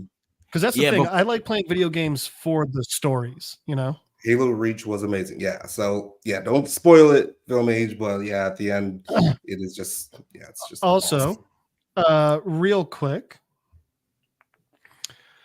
I bring you blessings, people of Reach. Know that I have come without mercy, without pity. Know that I am the instrument of your extinction. I bring this planet forth as a burned offering. Upon this altar, I place the head of the demon. May his blood mark the way to the sacred ring and consecrate the great journey for my people. Know that I am death. Yeah, when somebody say, consecrate, boy, that's somebody gets shot. Somebody is getting shot if you got used the word consecrate. Yeah, and it's just a horrifying thought that like the Covenant is just like tucking their kids in bed at night and just like, all right, now say your prayers. I bring you blessings. It's a pretty horrifying thought. And right before and in a lesser show, the blood of the demon. In a lesser show, this even just like your regular show, that would be the cliffhanger. Is like, oh shit, things are about to pop off. But not on this show. On this show, things pop off. Right after she asks, "Are the Covenant here?" There's a huge explosion. All the windows are broken. Cut to black. Credits. Ray, what did you think of the way it ended? That was my favorite part of the episode. If I'm being honest, I thought it was a really good way to leave you. It gives you like a really big moment, but while still leaving you on a good cliffhanger. I was very happy with it. I agree. I can get. I don't want to do that. I was gonna say generally okay, nobody's gonna do it. Okay. I didn't want to step in it. I was like, oh shit, I'm gonna say this, and then they're gonna say it. But okay. Generally, I don't like these types of episodes, like these types of scenes, like blow up. Oh, no, we don't know what's gonna happen. I don't know. Next time. Show you. See y'all next week. Like, I don't like that shit. Like, yeah. But this one, it was good. It was good. Like, they had that baller ass speech. Really, I didn't even give a fuck what happened. Like that, you can't keep going after you do that speech. You know what I'm saying? After that little prayer, that was a dope speech. You cannot keep going after you do that. You got to end it right here. So yeah, I like how they got you there. You know what I mean? Like, yeah, the build up was strong. Because then if it just blows up after she's like, I'm scared, I ain't want to talk about nothing, and then stuff blows up. Like, no, that doesn't work. Yeah, a lot of the things about the show, like compared to the first season. It's just like the way that it's shot is just way more interesting, and the way that things build, the way that tension builds, especially we talked about the Quan Ha scene where she rescues Layra from the pirates. We talked about that briefly, but just like the effectiveness of like the sound in the background that lures people out in the open, and how she plays Assassin's Creed with these fucking guys for a little bit, and kills these guys off one by one in the creepiest, most dramatic way, even the way she kills that last person. Like, and I think that's just like same effectiveness with this last scene where they just know how to build tension. I mean, I'm not a director of photography, so I don't know how the fuck they do it, but they just make things just get so tense and tight and just make you anticipate what's going to happen next. And then the bomb drops.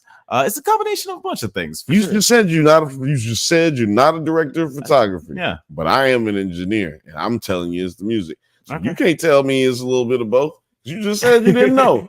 Just admitted to not knowing. All right. Yeah, you're right. Yeah, but do you guys have any like sort of predictions on how things are gonna pop off in the next episode? Anything you're looking forward to? Go pop off. Go ahead, Jeff. What's gonna pop off? I'm not sure, honestly. I'm interested to see how it goes, because a part of me is, so I didn't see season 1, so I don't know if this is the way they would do things, but a part of me is really fucking worried that next episode is going to be like a flashback episode or some shit where it's like, hey, let's set up all this, let's set up this big thing, and then next time it's just like, so what happened over on this planet a while back? That'd be a bad let's look into that. I'd be very upset. I don't think it will happen, but I'm just I'm trying to just like temper my expectations. You know what this episode sounds like to me? This sounds like every episode after like a multi-episode premiere, a little bit fillery. Okay, that's just the interpretation I'm getting from you guys. Only going off the fact that I'm trying to remember when I was drunk last Monday listening to you guys about the first episode. But like that seems like to be like a very like constant trend with a lot of like 2 episodes premieres or like multi-episode premieres. Then that the next episode is going to be a little stale, and then pick up from there. Only reason I wouldn't say it's a filler is because we get so much information. It's just a heavy dialogue episode. We get info dump episode. Yeah, we get so much information in this episode. It's just like you have to watch this episode to get to episode 4. Like you watch episode 4 without watching this one, you're gonna be like, damn, I gotta go back. Hold on, I don't know. Hold on, let me go back. Yeah. What they said, his sister. What? I don't know. Hold on, let me go back. Yeah, I'm one of the. I'm in the minority where I feel like this is like kind of all killer, no filler. Even like the slower moments I really dug. Only thing I didn't really like was that weird scene with him. Huh? I said it wasn't no filler. No, I'm saying like all killer, no filler. Like I don't feel like there's any parts that really, other than him meeting up with the lady in the restaurant. I agree. All right. I agree. I mean, but I feel okay. But Ray, you got any thoughts about what happens next? You just asked. That's what we just. Oh, we already did that. We did that. All right, we're moving on to the next thing. We're going to be talking about True Detective. I did want to ask you guys something completely unrelated. It's just when you said Ethan Hawke, I was thinking, I think like 12 to 15 years ago, Ethan and Uma Thurman would have been pretty good casting for Reed Richards and Sue Storm. Oh yeah, that would have been great. Huh? Yeah, that would have been pretty awesome. That would have been a really good one. Yeah, pulled up a little thing, and also, since they like are broken up now, I was looking at his other wife, and it looks like just Uma Thurman again. He's got I mean, he cloned her. Probably, yeah, like it looks like he stole her hairbrush. Found another. Oh my gosh, he stole her hairbrush. Yeah. Y'all get that? Y'all get the reference? Y'all got that reference? Yeah, we got you, Tedros. Anyway, excuse me. Just a random thought. Some people just have a type, you know. Alex, did you want to do your 2-minute tangent, or are you good? Nah, that was a failed segment. But failed. We're gonna move on. It didn't fail. You just didn't do it. I thought it was engaging. You didn't do it at the beginning this time. I mean, just because I didn't want to, because I thought I failed the first time. But how do you determine these things? How are you determining? But moving on to our last segment of the night, True Detective Night Country, part 6. It's the last episode's finale. What did you guys think of how this all shook out? Like just initial thoughts on the finale. Go ahead. Yep. I think that's the easiest way to say it is there were parts I liked and there were parts I did not. Seems to be the. I mean, we'll get into a lot more, obviously, but yeah. I'm not as upset with it as seemingly a lot of people are, but yeah, it was okay. I'll say this. So the way this finale went, this is I feel like if the finale had gone differently, this would have been my favorite season of True Detective, but now it's my second favorite.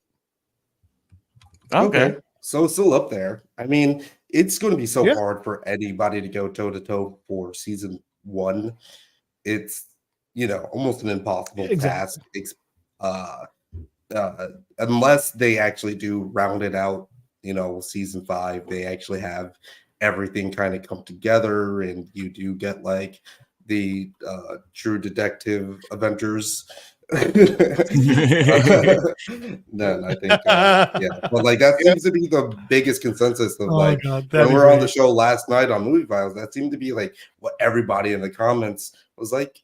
I liked it, but there's definitely something. I mean, everybody got the good or bad, or the yes vote. The good vote won on the poll that he had. Yeah, but like that was just. Did you enjoy it?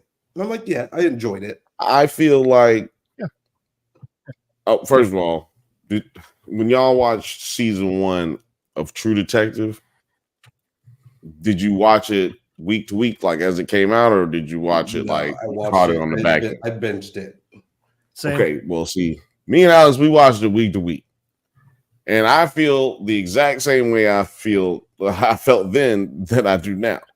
That season just ended with no real answers to a lot of questions, so it's really the same feeling that I had then. But you guys had the benefit of like binge watching straight through it and not having any expectations, week to week. You know what I mean? And I think when you we mentioned this last night, like I don't even think I heard anybody mention True Detective other than me and Alex until like season 3 came out. Like, and people were like, "Oh, True Detective is coming out!" Like, I'm like, shit, you watch True Detective? Like, I ain't hear nobody talking about no True Detectives when it came out. I was like, only people rushing to get back to the house so we could watch True Detectives on HBO Go. God, it was that long. Yeah. That's a good callback right there. That's how long ago it was. That long ago. Yeah. So yeah, I feel like, it's meant to pull that same exact emotion out. Like what everybody feels is what they wanted you to feel, is what I think. Yeah, I felt similar to the way that I felt when the first season ended as well, as far as just like as satisfied as I was with the ending. I did like that first season more just because there was just like, they really got into their philosophy bag, and I'm just a philosophy nerd, so I really liked how they got into that aspect of it in the first season. And, you know, this season didn't have like anything comparable to that. It was crazy action scene where that one shot scene where Matthew McConaughey was. You're not gonna get that again, ever again in life. Yeah. No, I mean, I'm just saying, like, you got that, right? The reason that it is what it is to people, and that's the right. same It's reason like you're not gonna get it again. It's like the first hallway fight scene from Daredevil. It's like sometimes you can't ring the bell twice and get the same effect. Yeah. But it's like Hannibal Buress' Bill Cosby joke. It only lands one time. Right. But you can't keep telling that. Or can you? Or just my joke was a joke about Hannibal Buress. And that's how you keep it alive. I'm just checking. I used to be able to do a good Hannibal Buress impersonation. But no, I do think that it was a solid season, though, and an interesting way to end it. It's curious that they decided to keep things so ambiguous, but since that was some of the things I didn't like about that first season ending, but on the whole, I still really enjoyed it. Nine, did you already say how you felt about this? Not today. No, like hard to remember. I did like it, and you know, as we were going through that conversation last night, that was we had like a 3-hour conversation about just this episode and how we felt, and that shit. Like, I kept on flip flopping between like, oh, is this good or did I not like it, right? And I guess that's just the nature of like that whole season. And I think the biggest takeaway is that, like, yeah, maybe they shouldn't have tacked on the True Detective elements to it. Yeah, you would have liked it better if it wasn't True Detective, it was just its own show? I think I would. And like the reasoning is that like if it's just Jodie Foster, then I'm gonna watch it. Yeah. I mean, like I said, it's the same show. It's the same thing that happened last season. Like almost every episode links up with the same episodes, like interrogations, like the lies that they tell and the way that they cover up stuff and the way that they have personal engagements that made them like personal situations that made them become distant from each other, like the detective characters that I'm talking about. Like everything really kind of linked, like hand in hand, like, and like I said, congruent with the way me and Alex felt the first time we saw the first season. Like, and we watched the last episode, and we're like, damn it, that ain't the questions that I want to answer. Okay, you answer some questions, but fuck. Who the fuck is this big nigga? Like, who the fuck is this big nigga anyway? Yeah. Where are the tunnels at? Who is out here messing with these kids? Goddamn me, you know what I'm saying? Like, I'm trying. And a lot of the people just get away with it. They just all get away. Exactly. And what Misty says, the week format definitely gives fans too much time to think. And Misty, she was in the chat last night, so she was in the whole chat. Like, she was sticking with us that whole 3 hours. So yeah, man. The fact of the matter, give us more information about what you thought. Like, we get a bit more personal. And I'm just realizing that your PFP that's an Incredibles outfit. Are you Mrs. Incredible? Is that what? That's cool. For some reason, I thought it was a Star Trek uniform, but that's just as cool. And I love all the seasons, and this does what those do, but I really wanted them to just take the supernatural jump. Not yet. Yeah, it was almost I'm glad go ahead. I was gonna say, I think that's people's biggest issue. Even if you don't know, even if you don't feel like that's your biggest issue, I think that's what really messed people up. Like, oh, buddy, I ain't mentioned this last night because we got to keep it kind of. We try to keep it clean comedy over there at Movie Files. Very professional. Not like this classy show over here. Man, I want to be like, Yo, what was up with the nigga who just rose up with the paraplegic nigga? Or yeah. The weird. Oh, yeah. Because he got one arm, he pull up like this, like the Exorcist talking about some. Like the Undertaker. Yeah, this nigga pulled up like the Undertaker. I'm like, hell no. Like, so if you're gonna go they into that, never addressed that. She never and Navarro never mentioned it to nobody. But I ain't gonna lie, I don't think I'm mentioning it to nobody either. Yeah, no. They gonna try to take my pension if I fucking tell them this story. Goddamn.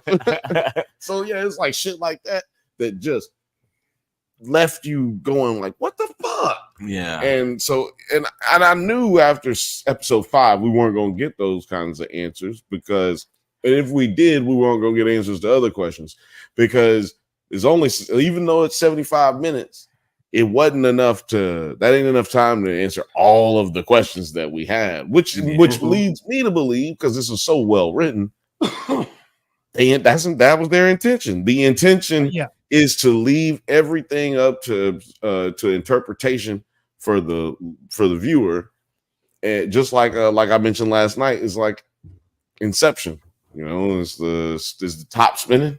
Or did it stop? Or did it wobble? You know, you know what I mean? So, yeah, they definitely got their Christopher Nolan moment at the end. We'll get into that. You know, I've done a whole like amendment to one of Alex's videos going about the idol and the ambiguity trope, and I feel like the idol did ambiguity completely bad with the weird ass hairbrush, and then I did reference Inception, the spinning top, and this is somewhere I think leaning more to the Inception, like doing good, but at the same time it's just like, will we ever if it's part of a series, we're not getting no hair. We're not giving them the hairbrush more. We're not gonna give them the hairbrush prequel. Is it? We need to do that at the Drunkies. We need to give best hairbrush scene goes to. Was the ambiguity of the end of the episode actually used effectively? Is I guess what I'm going to ask you guys. Yeah. Well, I think the sorry. I was going to say, since we all three of us started saying something at the same time. Alex, you go. Well, I was just gonna say, let's save the ending for the ending. But I do want to ask Miss T, answer Miss T's question. She said, "What was the point of Frank and his mail order bride?" What did you guys think of that storyline? I know exactly as far as everything goes. I feel like she should have showed up. I know exactly. But I'm gonna let Jeff go first and see what he says. What do you think the purpose of that was? So Miss T asks again, what happened to Hank's mail order bride? We wasted time with that storyline. So I think part of it was okay, so what happened was she fucking scammed him. She knew what she was doing. He already paid for all that stuff, so she just got the money for it. So that's that part. But I mean, so I don't know. I'm wondering if it's kind of to show us a couple of different things. One, it's to make Hank a little more sympathetic, but also point out that he's just a sad guy who's lonely. Yeah, that's what and I think that it points out that's what drives him, is he is a sad, lonely person. But I think another part of it is also to point out he's gullible and dumb. Yeah. Yeah, easily manipulated. Right? Yeah. So, which is what we end up finding. I completely agree. It's what we end up finding out about him. It's what's revealed to us. He's weak, and that's also what the lady who owns the whole town, basically, that's what she said. Yeah, that dude is weak. Like you ain't, he can't do what I need you to do, type shit. So, first of all, I just want to say I was right. I was right. I'm Mysterio, nigga. I was right. About what partner? About Peter killing old dude, killing his dad, and putting his body into the ice. You have been calling that the whole season. Because I was like, ain't no way no grown ass man finna just keep getting hit in the face by his daddy. I'm just telling you right now. Somebody got to go. One of us got to go. Especially if every time we meet up, we got to go. Hands? Oh hell no! One of us ain't gonna make it one day. Yeah, they definitely established that he was in a pretty toxic, abusive relationship from the jump. And that his mom, the reason it had been that way is because his mom left both of them. Right. And so which, he's trying to by the find way, good call, mom. Great call. Yeah. It's fucked up leaving your son. Yeah. But you know what? Yeah, I'm sure the people on who survived the Titanic had survivor's guilt too. But what do you think, Alex, about the mail order bride situation? Yes, I agree with you guys. Like, I feel like it was just a nice, like, little character beat to show that he's just like a pathetic weirdo. Not necessarily to help you sympathize with him, but just to empathize with him. Just like not empathize with him as a character is like, oh, we're gonna feel bad for him later, but just like empathize with the situation of being a lonely, dumb ass cop with no real skills and no like romantic prospects within like a 500-mile radius because you're just he could move. Dumb and lonely. Liz is banging everyone in the town except for that guy. Right? Yeah, that's what makes him mad. She's doing laps around him. You know? That's what makes him mad. He go to the bar, everybody talking about getting some pussy from Liz. That's mad in hell. Like, you in that Liz? He's at the bar. He just hears the guy's next one. Like, hey, whose day is it? Can someone check the schedule? Yeah, I feel like the mail order bride was like kind of like his Hail Mary moment for just like trying to get a little bit of happiness with his life because his son fucking hates him. Because I mean, obviously, why wouldn't his son hate him?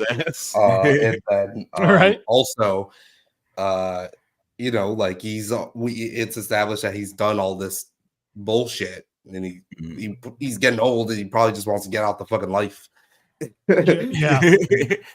I do want to say something about Film Age. It seems like he thinks that there's he says, I think that this story is meant to bring back the cult. I think whatever happens with the next True Detective is used to reintroduce the Yellow King. What do you guys think about that? Do you think that this is to set up another season of True Detective, or do you think they try to make this its own thing? Bill? It's a possibility.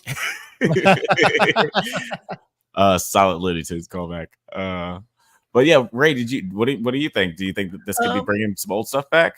Kind of the same. I really don't know. It could be, because that's the thing. The whole the crooked circle or whatever it was called. That was obviously a callback to season 1, but it was something completely different in this. It was we had the 2 parts of it, which was, you know, the whole like, oh, it's a warning to not go further, which bullshit. Don't believe that. And then also like the like sea serpent or whatever that was frozen in the ice also emulated it. And it was just like, so it seemed like it was a bit of a callback, but for just completely different reasons. So I don't know. I also wonder how we would have felt about this season if they didn't have that fucking squiggle in it, just because it's like, then we wouldn't have been trying to call it back to season 1, you know? Right. Well, they said they still have the Tuttles. That's the issue.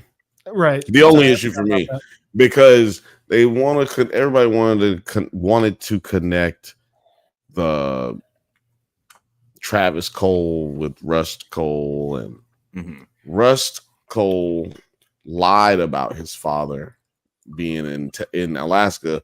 That's what they mentioned in episode 1. I mean, in season 1, like the last episode. Oh, right. They're talking to Hart, and Hart's like talking about the shit that Russ done told him about his dad and all this shit. And he's like, well, we have no evidence of Travis Cole being in that area in Alaska for the last 30 years.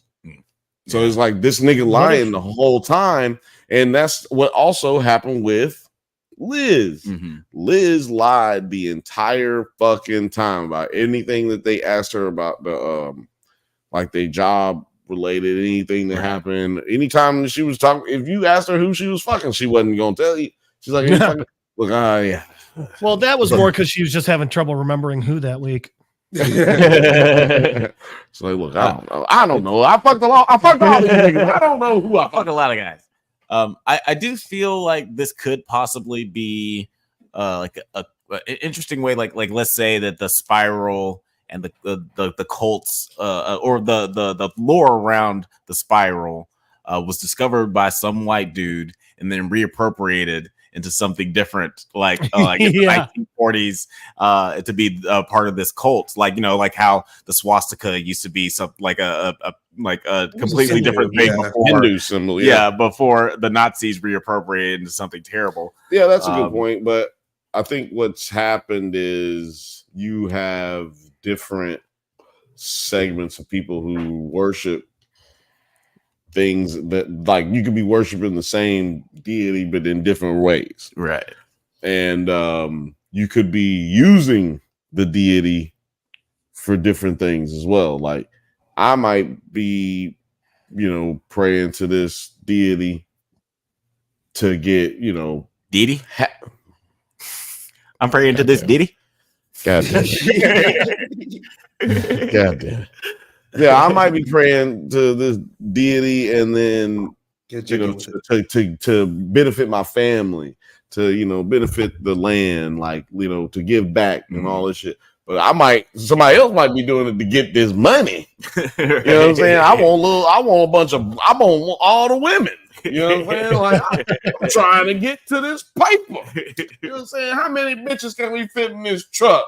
Like, it's niggas that's looking for religion for that reason too. That's true. So you gotta like think about it, because we're talking about spirits. Because we're talking about spirits, we're not talking about a god or like Allah or nothing like that. We're talking about spirits. Some people can use them in their own way, which is what the old ladies ended up doing, right? Yeah. Like the elders, they ended up saying, "Look, we gonna send your ass to the spirit, and she gonna do what she want to do." And however that come down, it's like that preacher in the country. He said, "We're gonna take the tithe and we're gonna throw it up in the air, and whatever lands on the ground belongs to me, and whatever stay in the air belongs to God."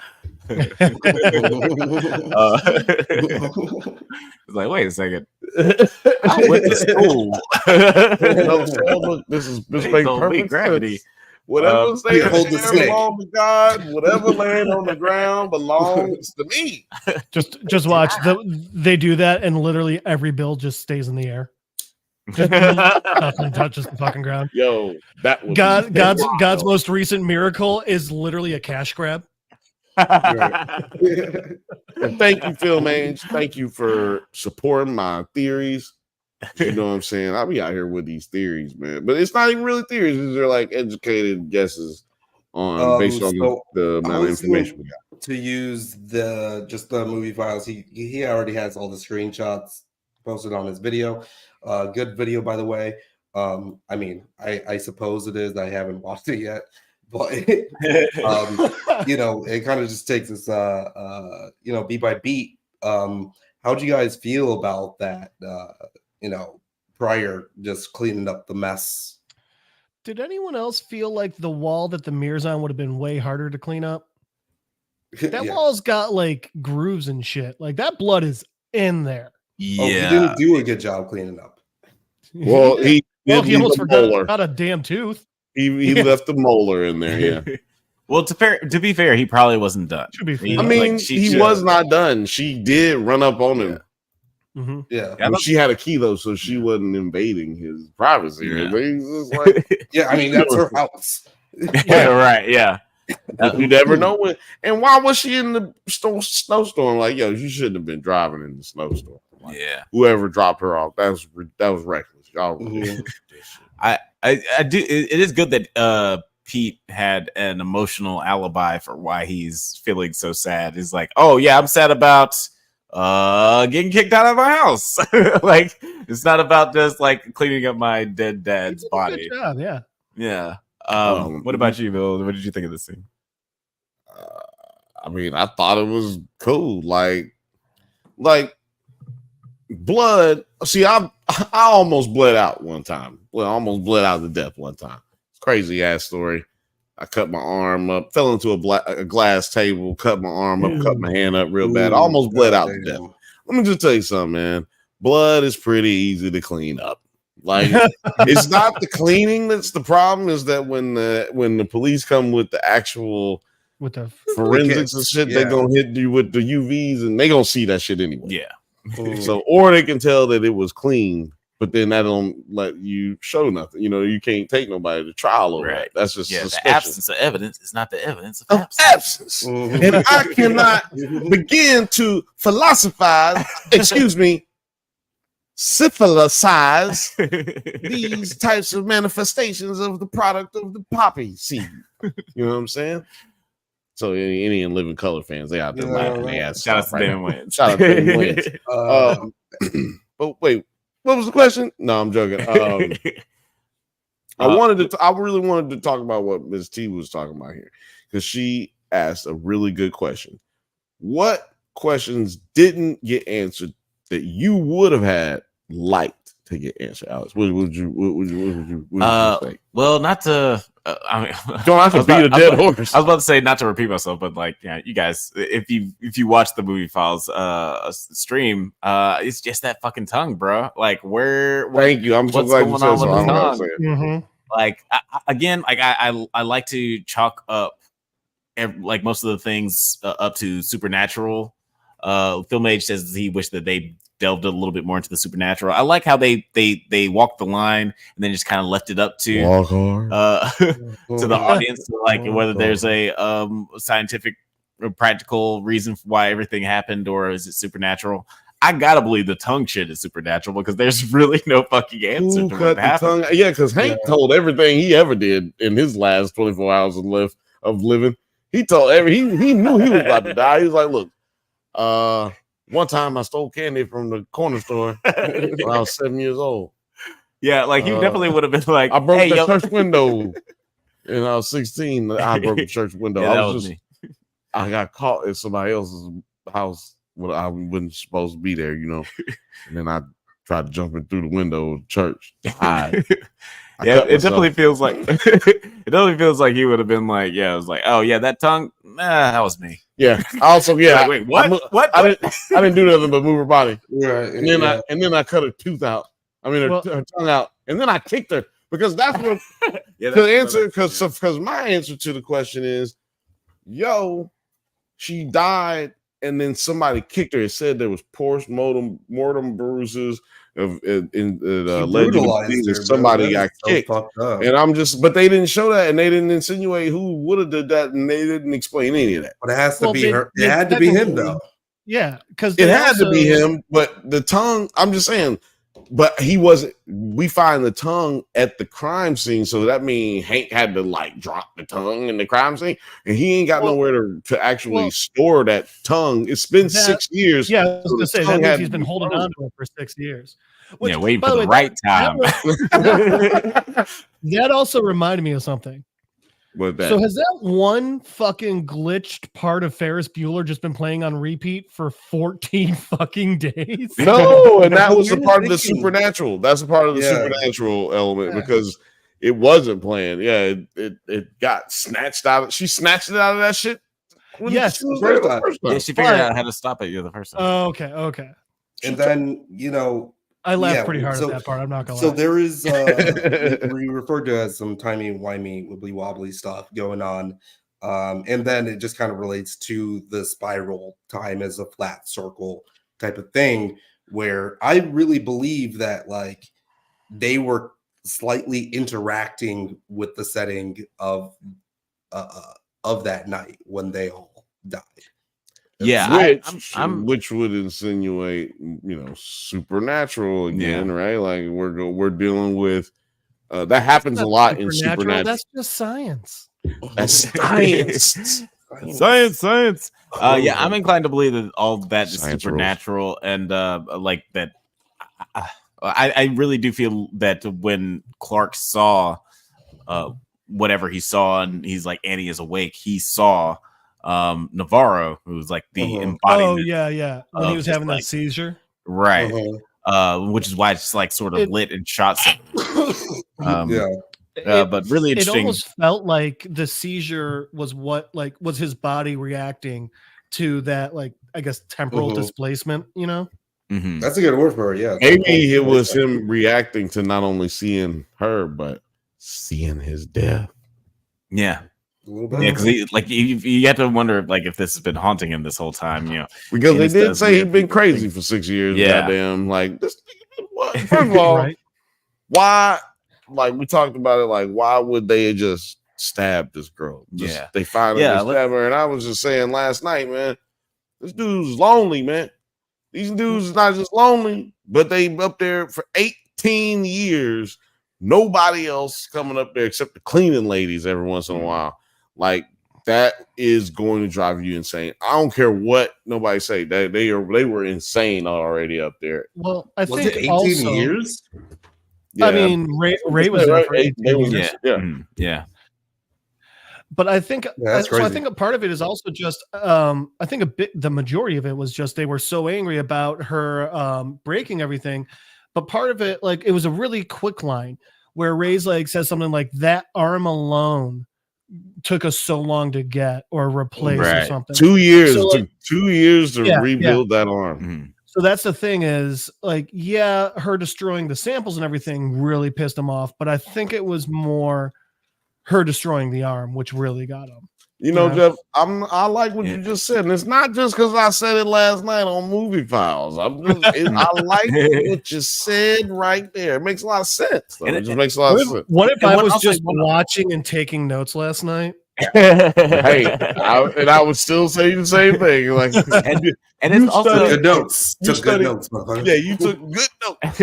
One other thing is, like, one thing I didn't really think about is like the sort of the emotional investment of, okay, these guys have all collectively decided, all right, we're gonna poison this community and kill thousands of people.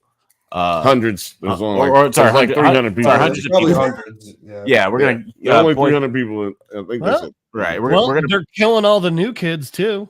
Right. Yeah. Right. Yeah. Yeah. We're causing generational harm to this neighborhood. Yeah. And this woman is like, but the one glimmer of hope is like, okay, well, at least we're doing some good. At least there's a light at the end of the tunnel. We're going to be able to make this groundbreaking discovery. And now that discovery is completely destroyed. Mm-hmm. You have to start from ground one. I'm not a scientist, but like, you know, just I can, at least from a murderer standpoint, because people get murdered every day. You realize the way niggas die every day, B. Alex, just real quick, you realize the way you set that up makes it sound like he's like, I'm not a scientist, but as a murderer, it really made it sound like you're like accidentally admitting my ethics as a murderer will not allow me. My expertise is a murderer. Right. No, but like, see, call Alex if you need a cleaner. You need someone to. But no, it's like like people have these impulsive things where people they kill people over stupid shit all the time. Somebody killed someone over losing an Xbox game, you know. So I don't think it's really bad. Somebody lost my Xbox game. Oh, I got bad. I was like, I'm gonna kill this. When it comes to impulsive murder, it's kind of hard to say. Like, I don't buy the motive. Crime and passion. You know, crime and passions are fucking wild. Crime and passion. I do feel like they could have probably shown this or represented this a little bit better to show how brutal it was because of all the stuff that doesn't coincide with the forensics. So to that point, first off, remember, these guys literally thought they were going to save the world. These are the Scientologists of scientists. Like, that's why they went so fucking crazy. I would say the only part that I found unbelievable about the murder was not a single other scientist tried to stop the murder. Like, I feel like at least one or two of them would have tried to like pull the first guy off. Like, dude, what the fuck are you doing? And then like she hits him with the arm, and then they're like, oh, fuck this bitch, and kill her. But no, it's like they're all just like, huh. Yeah, let's they jumped on her like the dogs did in Django. Like they just jumped on, and then they had to like pan over to his face. Like it did have some sort of weird vampire lynch vibes to it. And lynch. Yeah. It did have it had some lynching vibes to it for sure. But and I feel like they sort of cheated by like, okay, let's pan into Clark's face so we don't have to see exactly, you know, the internal politics of killing this woman over here. Like how exactly we did get some of those reactions though, like as he's doing it. Or even as they were stabbing her or whatever, the one dude was stabbing her. Like we did get like some of the react. Like the thing is that most of these guys didn't participate per se, but they definitely stood and watched. They held her down. They held her down. They didn't just hold her down. They were kicking and punching her. Were all of them though? Yeah, that's the thing. They pan away, so we don't really get to see. It's at the very beginning. Yeah, they were holding her down. They hold her down. Some of them were hitting I'd have her. to rewatch. It looks like all of them. Some of them went to hit her. Some of them went to kick her. Some of them held her down. Like specifically the doctor who's like this. Oh, at the end, it's like only if you only could have done something to prevent this. Like you were one of the first people to hold her down. You were the first person. What did you think was going to happen while this nigga was stabbing her? And you were holding her shoulders to the fucking ground. Right. Yeah. It's a really horrifying. But these types of things have happened plenty of times and throughout history. Like a gang, it's a mob, mob mentality. And you think it's sweet at first. You know what I'm saying? When I say sweet, it's cool. You know what I'm saying? It's good. It's all good at first. But then you look up later and Johnny stabbed her in the chest 17 times. Like, hold on, brother. Why did and then forensics found out it was 17, but the 18th time he hit right in the same spot again. Like, trying to tell you, man, these things happen a lot.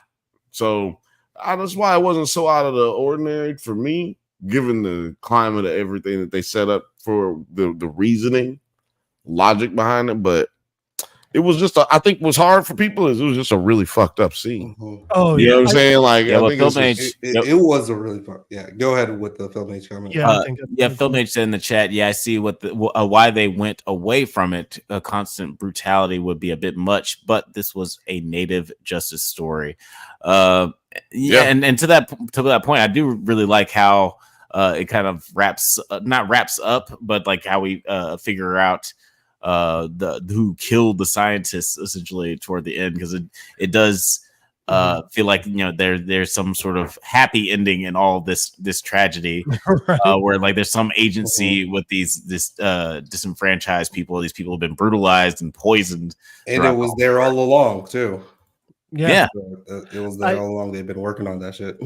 I also really liked how at first we're sitting here like, wait, so are we not going to figure it the fuck out?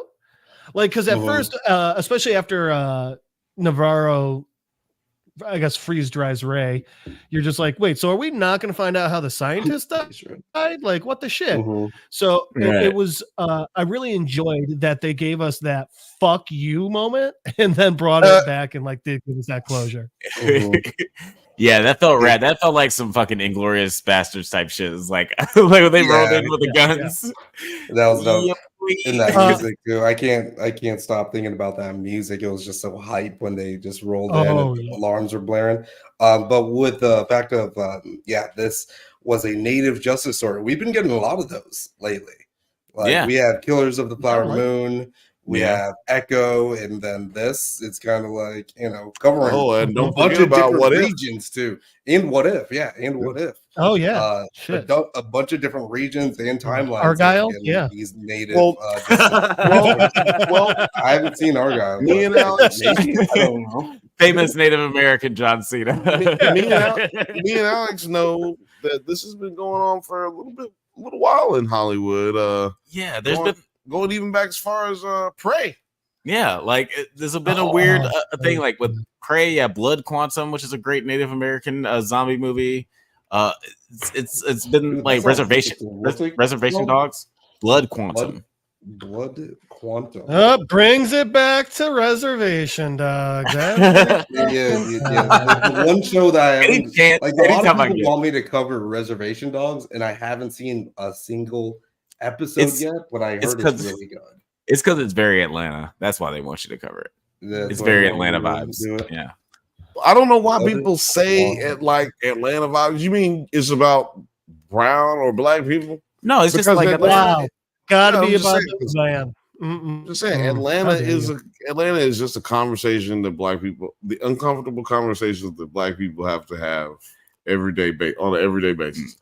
That's all Atlanta is. Well, no, but more just talking. Not that necessarily that sense. I'm because I'm coming into this culture of Native American culture. Like I know very little about it. So a lot of it's all new to me. Yeah, I but can see that. Yeah, more just a. Oh, so you're the white man. Stylistically, you the white guy watching Atlanta, right? Yeah, it's just like just the style is very surrealistic. It's I would compare it to Louis as well, just like how it has you're that sort of. Watching Louis.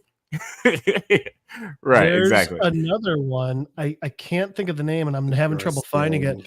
But there was another an Australian movie where the Aboriginal people are like kidnapping and murdering people as again native justice. Okay. Have you guys have you seen The Nightingale? The Nightingale? No. Oh my god! Have you guys seen Bone Tomahawk? One of the most brutal goddamn movies I've ever seen, dude. Bone Tomahawk is a crazy ass Native American movie. Since we're talking about Native American, it's a cooking movie. Yeah. I was like, man, make some steak. Matter of fact, you don't want to eat when you watch that movie. No.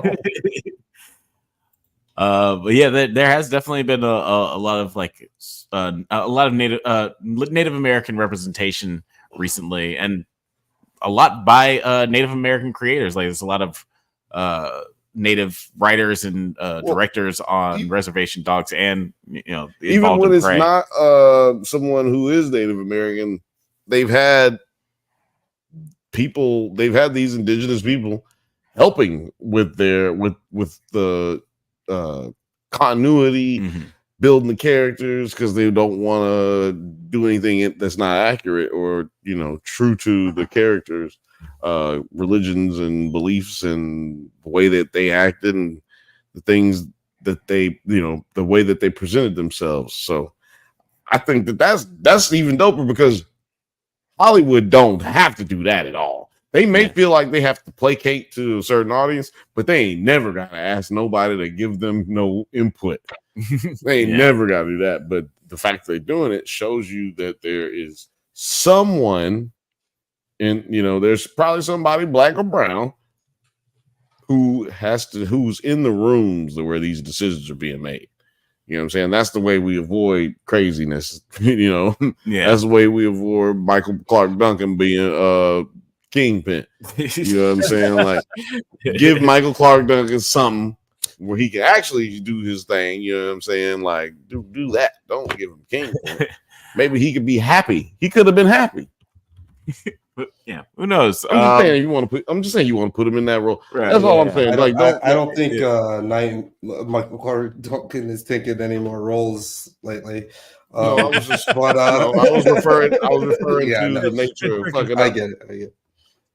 But in a surprise plot twist, Salal was responsible for pushing the mine to produce more pollution because of its effects on the permafrost they needed to penetrate. And as such, they would falsify the mine's pollution records if it increased the pollution output, which the mine clearly had no problem adhering to. So it's not just that like the mine was polluting the town.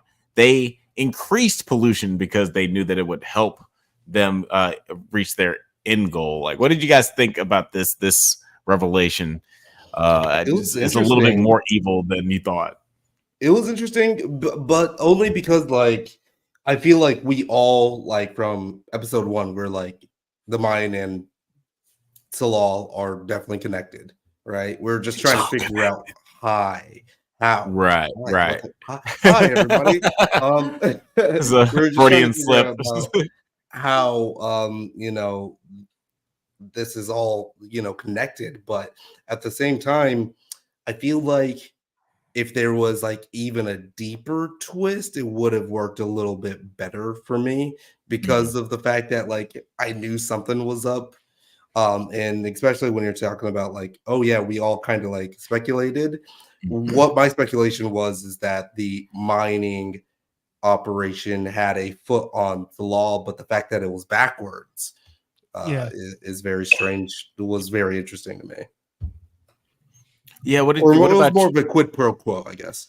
right? Whoops. No, I get that because I sort of got which I sort of got Michael Clayton vibes too, where like I wasn't super impressed with Michael Clayton because I was like, yeah, the big corporation's a bad guy, big surprise.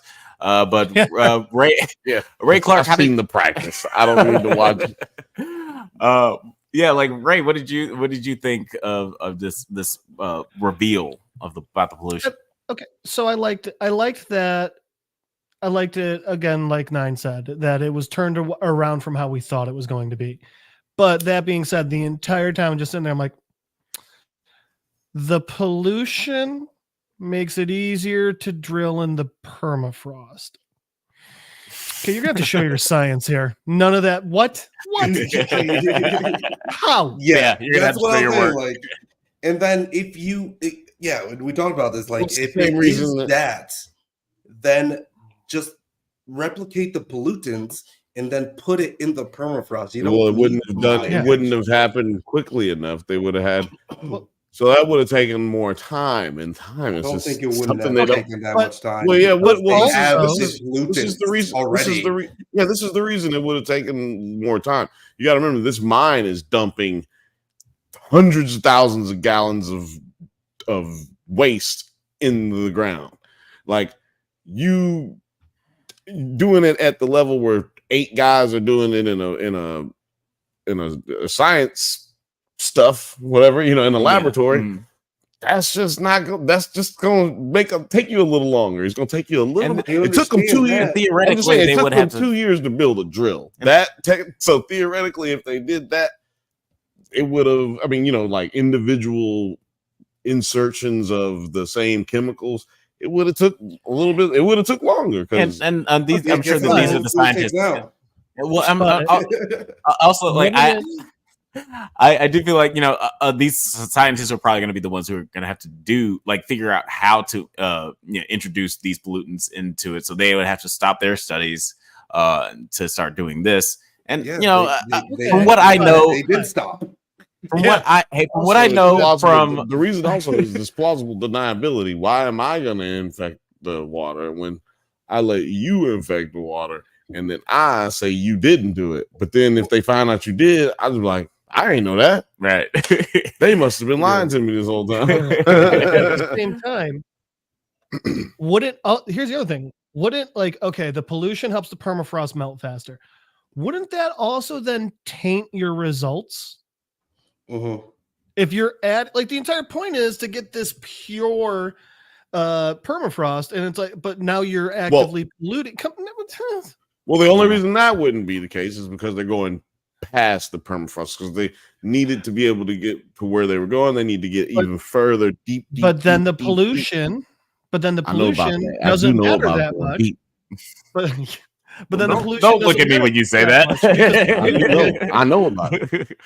Because the pollution's only touching the top layer, there's somewhere in there the science ain't sciencing, because it's exactly what is happening right now, though. That's exactly what's causing the ice caps to melt right now. Also, there's too much carbon getting underneath the ice, which is then causing it to melt from the bottom up, which is causing the slides that are happening all over the country. I mean, all over the world right now. It's literally true right now. Well, I know it's true. Go look at. I know it's true. I know for a fact it's true. Look that up right now. But carbon going into the ice cap is making it slide. And look, this is the thing. This is the thing.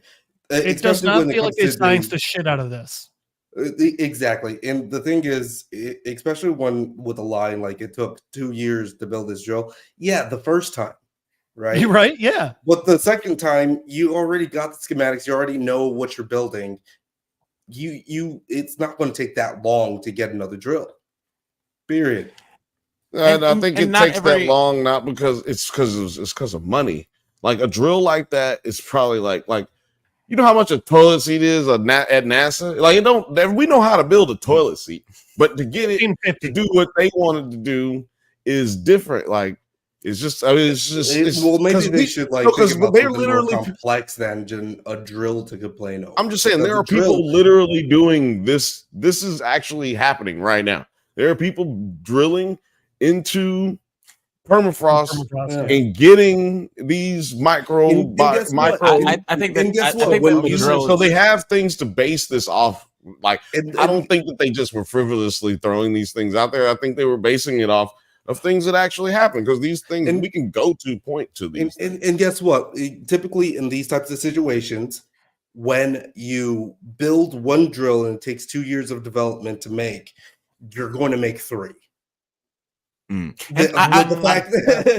fact like they always make duplicates and like, you know, always have different versions of it. So. I feel like the drill was just like an example of, like, it took us 2 years to make a drill, and that's like the simplest thing that we do here.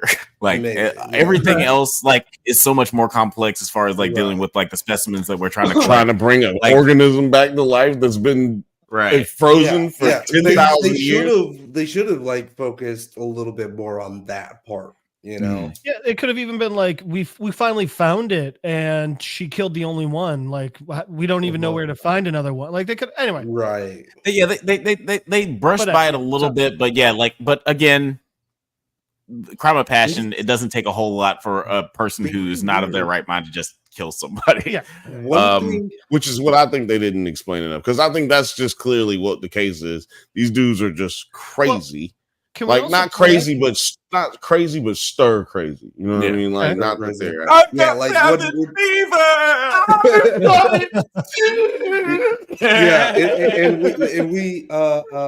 The Thing has been a big influence. Like you saw The Thing in different background shots, especially at Salal Station. So I think that's definitely the vibe. But again, like I think we all agree that if they took a bit more time, like if we got 2 more episodes and just, you know, established a bit more of these stories, then it would have paid off. Like almost, maybe even like I would say maybe even 100% better with 2 more episodes. Yeah, I completely agree. Yeah, I feel like that's how every show these days should go. I think that there's no reason to go over 10, and there's no reason to go under 10, unless you're doing like a comedy show that don't matter. You know what I mean? Like Gentleman's 7. 8 episodes can be reasonable. 8 episodes can be reasonable for this plot. But look at the other. Not if it's not a comedy. That's what I'm saying. I'm a big advocate of like the story needs to be as long as it needs to be, and I don't know, like there's a lot of potential for them to have answered a bunch of questions in like maybe one other episode or 2. But maybe we get 2 more episodes and we're just like, oh man, that last episode, the pacing wasn't as great. And I feel like we could have just ended this in 6 or 7. So like, I don't know. I would have liked to have a couple more answers. But yeah, I kind of feel the same way I did in the first season. I think that they definitely could have answered questions, but like to my point earlier, that's not what their intention was. Exactly what we're doing right now is exactly what they intended when they finished writing. Oh, 100. Yeah, I agree with or that. when they sought out to write this. You know, like, hey, when this shit finishes, they gonna lose their mind. That's all they was thinking. You know, like people just gonna be like, man, what the fuck happened? And some people will be like, that was fucking awesome. Get the discourse going. Speaking of that stuff, so like what about okay, so after, you know, we get the confession from Ray and everything, how did you guys feel? Because like, you know, having everything go out, like the power go out, I thought was a good idea, because it, you know, it just gave us some other obstacles they had to overcome. And Navarro having like her whole mini vision quest, I totally got. But Liz seeing her son under the ice, I was like, this is just, it doesn't feel right for Liz. Well, it did feel right for me, to be honest, just because of the fact that like Liz has been seeing stuff and going through that journey too. A polar bear. And we're talking about like the whole like fundamental aspects of this story is about like these 2 characters letting go. And if, you know, she had to been going through something and we had to get a resolution to it in some way. And it seems that like what Night Country is doing is it affects all. It affects everybody. So even like the scientists or like Clark that survived, he's still going through it, and we don't we kind of like see his relation, like he had a relationship with a native woman, right? Right. So like also he's involved, and like they're all kind of like tangentially involved in that story escape. Okay. All right. Let me ask y'all a question. 42. 42. You can't pick Jackie Robinson for this one.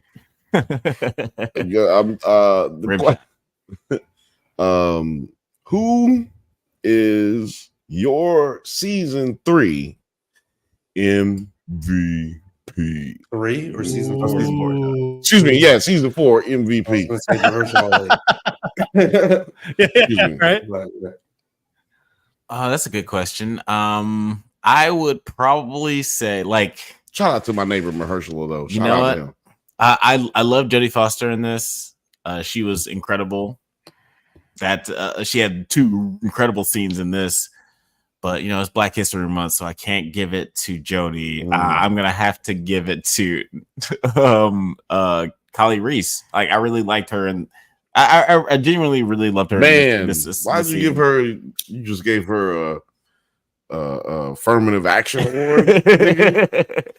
God damn, you just said it right now. Like, so many. You know what? I want to go with Jodie Foster, but no, I'm gonna go with the black. I can't choose white today. I gotta go with this thing. So, no, I just said that to be kind of funny, but no, I do feel like I do feel like Jodie had the best performance this season, but Kelly, I enjoyed her character more.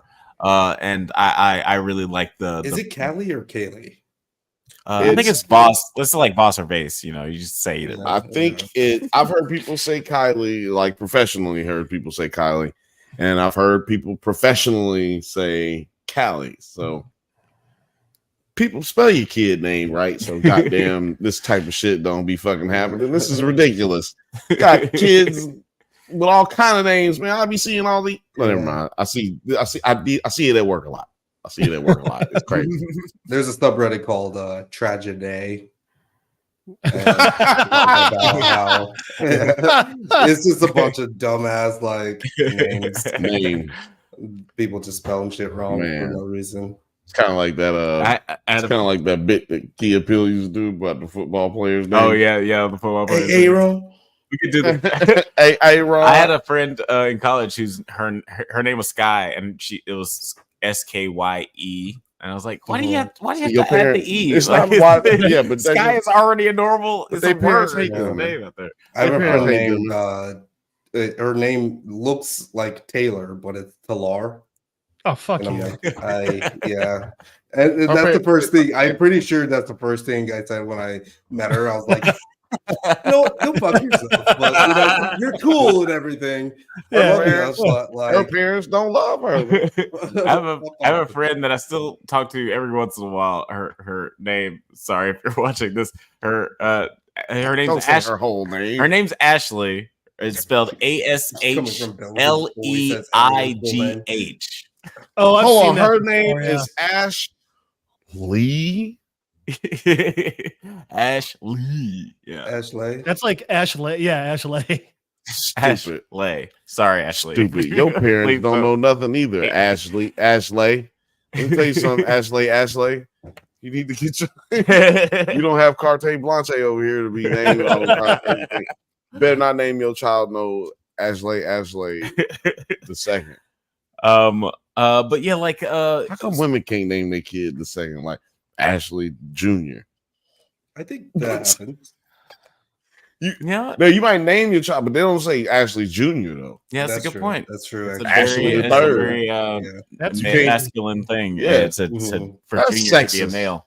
Mm-hmm. Now, see, y'all worried about changing genders, man. You need to try to get somebody a junior up in this motherfucker. This is some bullshit. Yeah.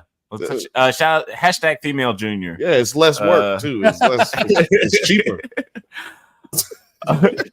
But yeah, like printing cost. Where we at? Yeah, like we already get to we already talked about MVP. I think we're doing MVP. Oh, yeah, we do. Yeah, that's right. We're doing MVP. So you go ahead, Jeff. Who was your season 4 MVP? So, I want to say Navarro, but yeah, I want to say Navarro. The actress, she did a great job, and I think. So here's where I think at least one episode more would have been helpful. They crammed so much for Navarro in this episode, dealing with her native, like her issues with like not feeling like she's native because she didn't know her name, her issues from being over in the war, and like her issues with her sister and like her little spirit quest. I feel like that should have been drawn out a little more. But I also was really a big fan of Pete. I thought they gave him a really just like holy shit. Literally the episode where he just pop kills his daddy. Pete is a child.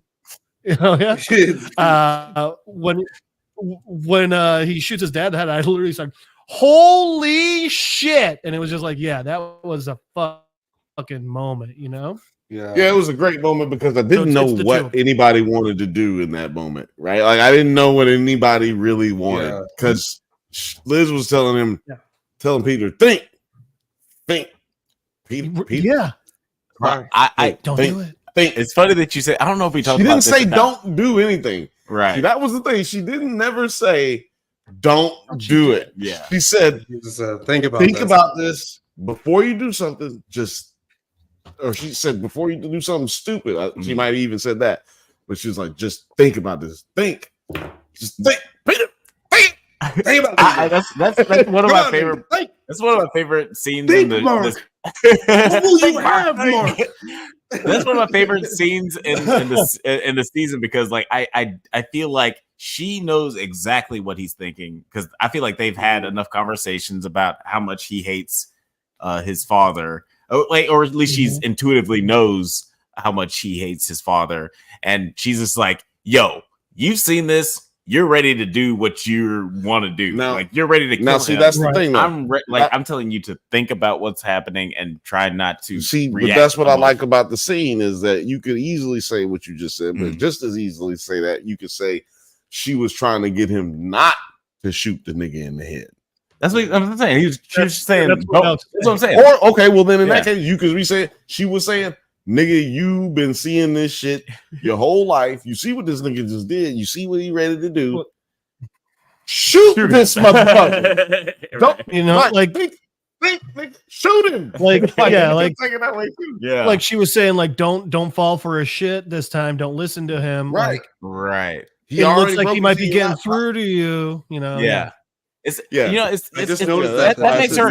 makes her a good teacher because she's like, whatever your decision is, just think about it.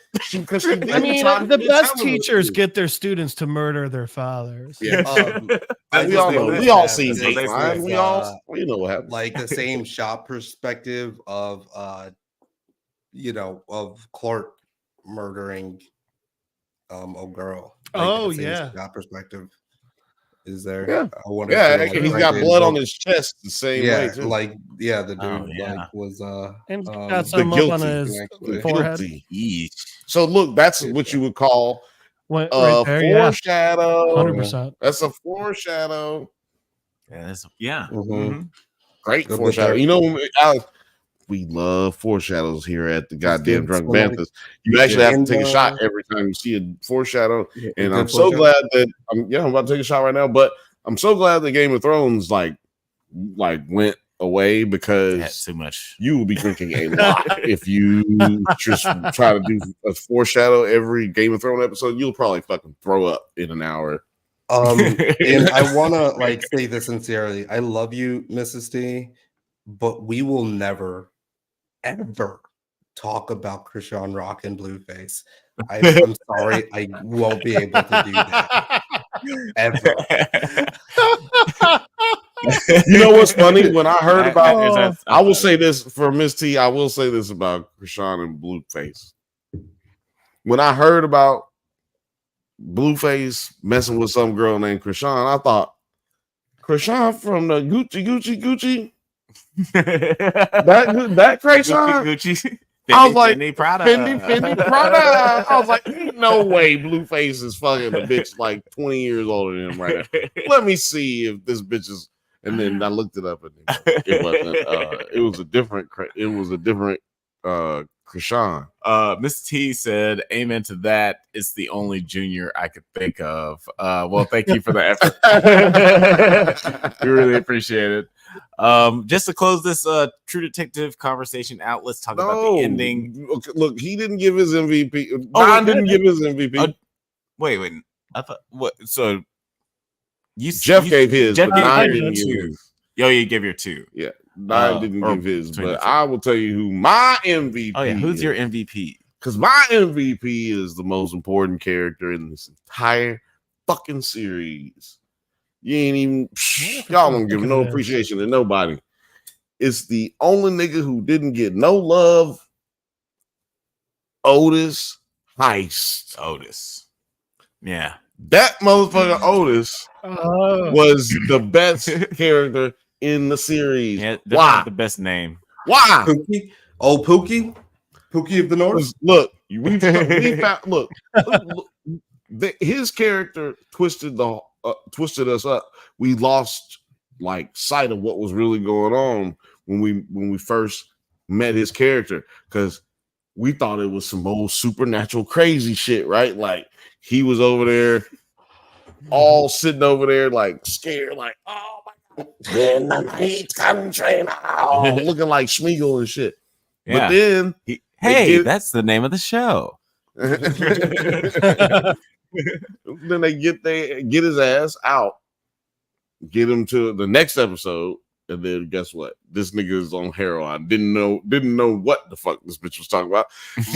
She asked him. She said, you said we were in the night country. He said, I said that. I ain't say that. I said that. That honestly did feel like a Arrested Development moment. Yeah, it's like wait, did I say that? I didn't say that. Then he started talking about Clark. He was like, that nigga was crazy. Like Clark. Yeah. Otis let us know who did the shit at the very beginning. He was like, all the people in the fucking Salal was crazy. Clark was crazy. He said they seen some shit. They woke some bitch up. I don't know. Can you get me some drugs? Like, he was like, got any hair on you, please? I thought they had no black people in this show, but they had one black man in this show. His name was Otis Heist. Otis Heist, as a dope fiend, like not that all black people are dope fiends, but as a dope fiend, as a black dope fiend, that's what you would say. Like, look. The nigga said this, and goddamn it, look, let's get some drugs. Like, what the fuck are we doing here? Yeah, Otis Heist, he was the second cousin of Patty Jenkins. Yeah, Roscoe Jenkins. Getting the Roscoe and Patty. Oh my god, I just had to get that. I had to get that one in there. I don't know if Nine. Yeah. Do you have an MVP, Nine? Yeah, it's Kaylee. It's Kaylee. Just because she went toe to toe with Jody, and that is an incredible performance to be able to Jody. I ain't gonna keep playing with you, Jody. Phil Mage says Rose. Yeah. Rose is MVP. Like Rose is actually really and I gotta give him. That's a good one. That's a good one. That's She's my favorite. She's actually one of my favorite characters. She murdered. Let's talk about Rose real quick. Cut the air out of your father's lungs. Right. That was a fucking moment, man. Yeah. And you know what was dope about that moment? It let us know she has killed peoples. Yeah. She has buried dead bodies in the ice. And specifically in the water ice. And it's an interesting thing about, just like the reality of like grief and like depression, and like, because Pete is like, yeah, I can take it now. It's whatever. I've been going through a lot today. I can see this. And she's like, nah, you don't want to see this. Because when she breaks it down, he's like, yeah, you might be right. I don't want to see this. and you don't just get to see it once, you got to see it twice, because there's another nigga over there on this other side. Right. Yeah. Because I was like, because look, this is what I didn't realize. I didn't realize they didn't do that with Otis. They didn't put Otis in the water. They picked another plan for him. Yeah. They Oh, left yeah, that's Otis right. They in the left car, him- so it looked like they left him in absolutely Hank's Hank car. did Yeah, it. yeah. Right. Well, she definitely stabbed the hell out of Hank's lung. Like she stabbed that nigga in the chest like 8 times. I thought it was like, oh, she stabbed old dude too. But I was like, damn, she over there just bopping this dude. Can you imagine if they did do Otis like that too? And like right as they put him in the water, they get the call from Jody. It's like, hey, no, we're gonna need you to actually put him. And they're Guys, like, just had the God, best idea. But you know what would have happened? Take You my know what would have socks happened? off. What would have happened is Rose would have been like, I knew it was gonna be a long night. She would have took it. She'd have got butt naked and jumped in the water and got this nigga out. That's if this is a movie. That's if this is a comedy made in 1989. No, like all this has to be is a Fast Furious script. That's all this has to be. This is a Fast and Furious script that we just wrote. Like that's Weekend at Bernie's 3. Yeah, and again, Rose is definitely a killer. Glad she was real. Again, there was theory going around that Rose was maybe also, a ghost, but she is definitely linked to the afterlife. no, and she's actually the one character not like completely related to a native that actually is just in tune. She's invited to the cookout. Do you think she's the reason Dead Trevor's dead? Or Travis? Dead Travis? No, Travis. Maybe. I don't think so. It could be. They didn't say it. We'll But find no, out. yeah, I think because we're sticking with the theme that, like, how people die in the show is just walking out into the ice. And that's like also what he did. So I feel, and especially if they did establish that it's Cole's father, right? Then that is in tune with this type of shit that, we heard about him. Yeah. Like I said, I don't believe that Rust has nothing to do with it, but I do have a theory. Mm-hmm.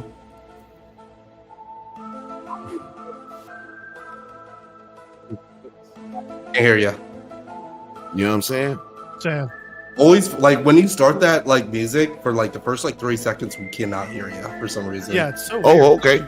Well, my theory is that StreamYard and YouTube, they don't want you to hear my theory. Yeah, that's trying to block the truth. They're trying to block the truth, because you open up your third eye. You know what I'm saying? Masclato.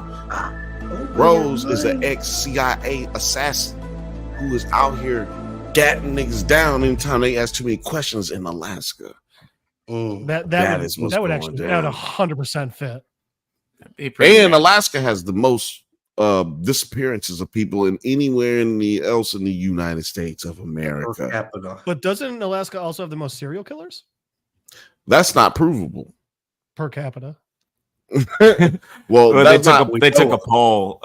They did a census. It's like, are you a serial killer? Yes. It's cool. Nobody look, but if you are, just raise your hand.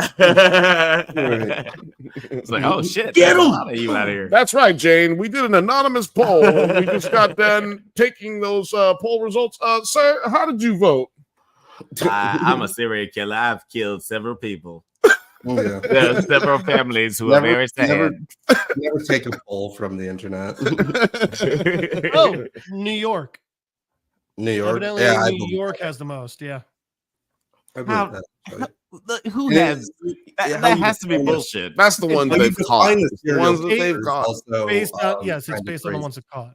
It's the How ones do you that they find caught. this Because they haven't caught all the California ones. They haven't caught but one of them. Like, and like you gotta ask also like what's your definition of a serial killer too? You have to have more than 3 bodies. 3 or more people in a patterned way. In a pattern, guys, same pattern. You guys want to watch Zodiac?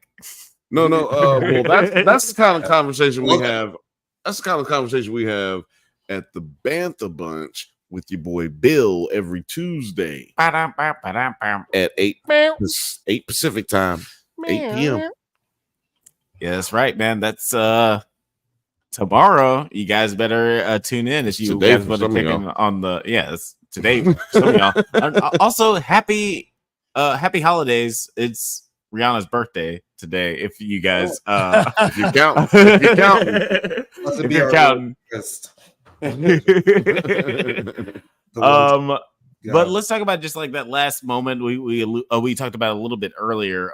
The Christopher Nolan spinning top moment at the end of the season. Is Navarro dead? Is Navarro dead or alive? We see them sharing this moment on this porch. It's interesting how this landscape looks so different in the springtime as opposed to the wintertime. Oh, yeah. I thought that was like a cool way of showing how the geography looks so different from season to season. But beyond that, like, do you guys think that Navarro's alive? She's actually there. I'm gonna go first since he got this up already. I last night said that I think that Navarro is alive, but watching this little scene right here, I now feel like she's not alive. Not because of the stuff that everybody else saying, the curtains and they separate and all this. Curtains. The curtains are actually just a method of blocking the obvious CGI. Because what happens is on the left-hand side, there's growth. There's trees growing with green. You know, like you mentioned, we've come out of the winter, or we've come out of the 30 days of night. It's still technically like winter time. Right. So now you've got the growth on her side, but on Navarro's side, it's like an empty plain, like the one that she walks out on when she's having those little flashbacks. And That's going to be the next soundbite. Yeah. But yeah, Nine, what you think, Nine? About is she alive or is she dead? I think that she's alive, like solely because I want her to be, you know. Yeah, I felt the same way. Yeah, that's sweet. Yeah, and that's kind of like that. That's kind of where it ends for me. Like, I want her to be alive. I want her to, you know, like what Alex said. Jules, like, just walking the earth, you know. But at the same time, there are some very compelling arguments, especially when you are looking at the shot, like what you just said. It even looks like this is more of a snowy, iced over lake than on the side. So yeah, that would be interesting. Yeah, it's a big juxtaposition, and I, you know, like in a show like this, everything has to be intentional, right? Like we can only assume that, like, okay, maybe they just fucked up and didn't put no trees on the other side, but we have to assume at least that they were competent enough to not make that kind of mistake. But it's like the Starbucks cup on the Game of Thrones set. Yeah, right. Right. It's like, we forgot to add any trees. Exactly. Now, yeah, maybe that happened. Maybe that's what happened. Yeah. But, you know, I doubt it. Nah, yeah. Jeff, how did you feel about this? Is Navarro dead or alive? I think Navarro's alive. I don't think she's there.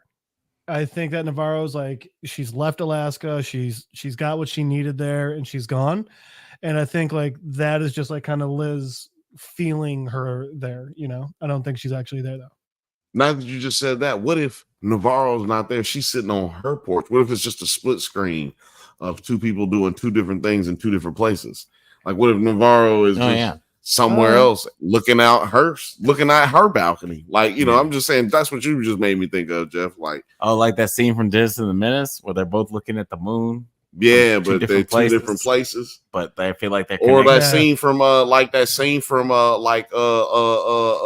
Five O Goes West. Yeah. Talking about all the classics. Yeah. The movie that proves the sequel can be better than the original. It does. Man. Oh yes. Oh, you don't like Terminator? You don't like 101 Dalmatians too? You don't like that? What do you guys feel about this film age theory?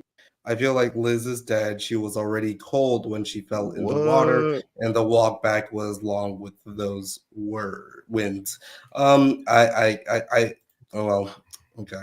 Navarro learned how to toe the line. That's why it was Liz who gave the statement.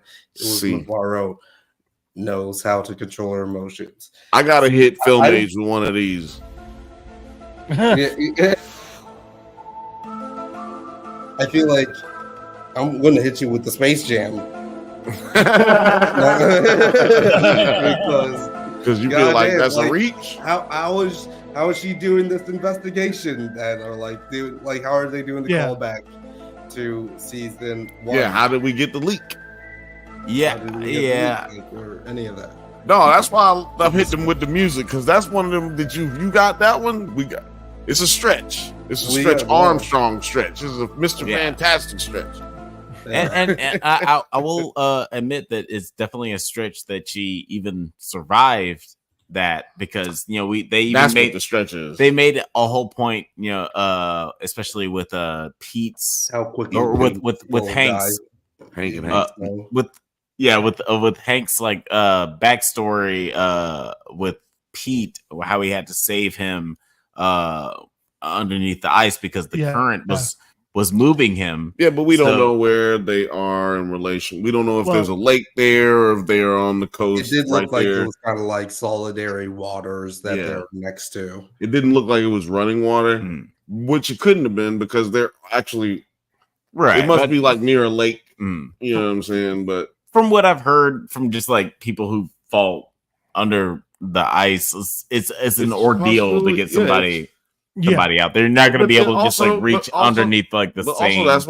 Also, that's what happens. That happens. I'm just saying that does happen. I'm just saying that didn't bother me any. Anything is possible. That didn't bother me any because Liz actually swam back to the hole.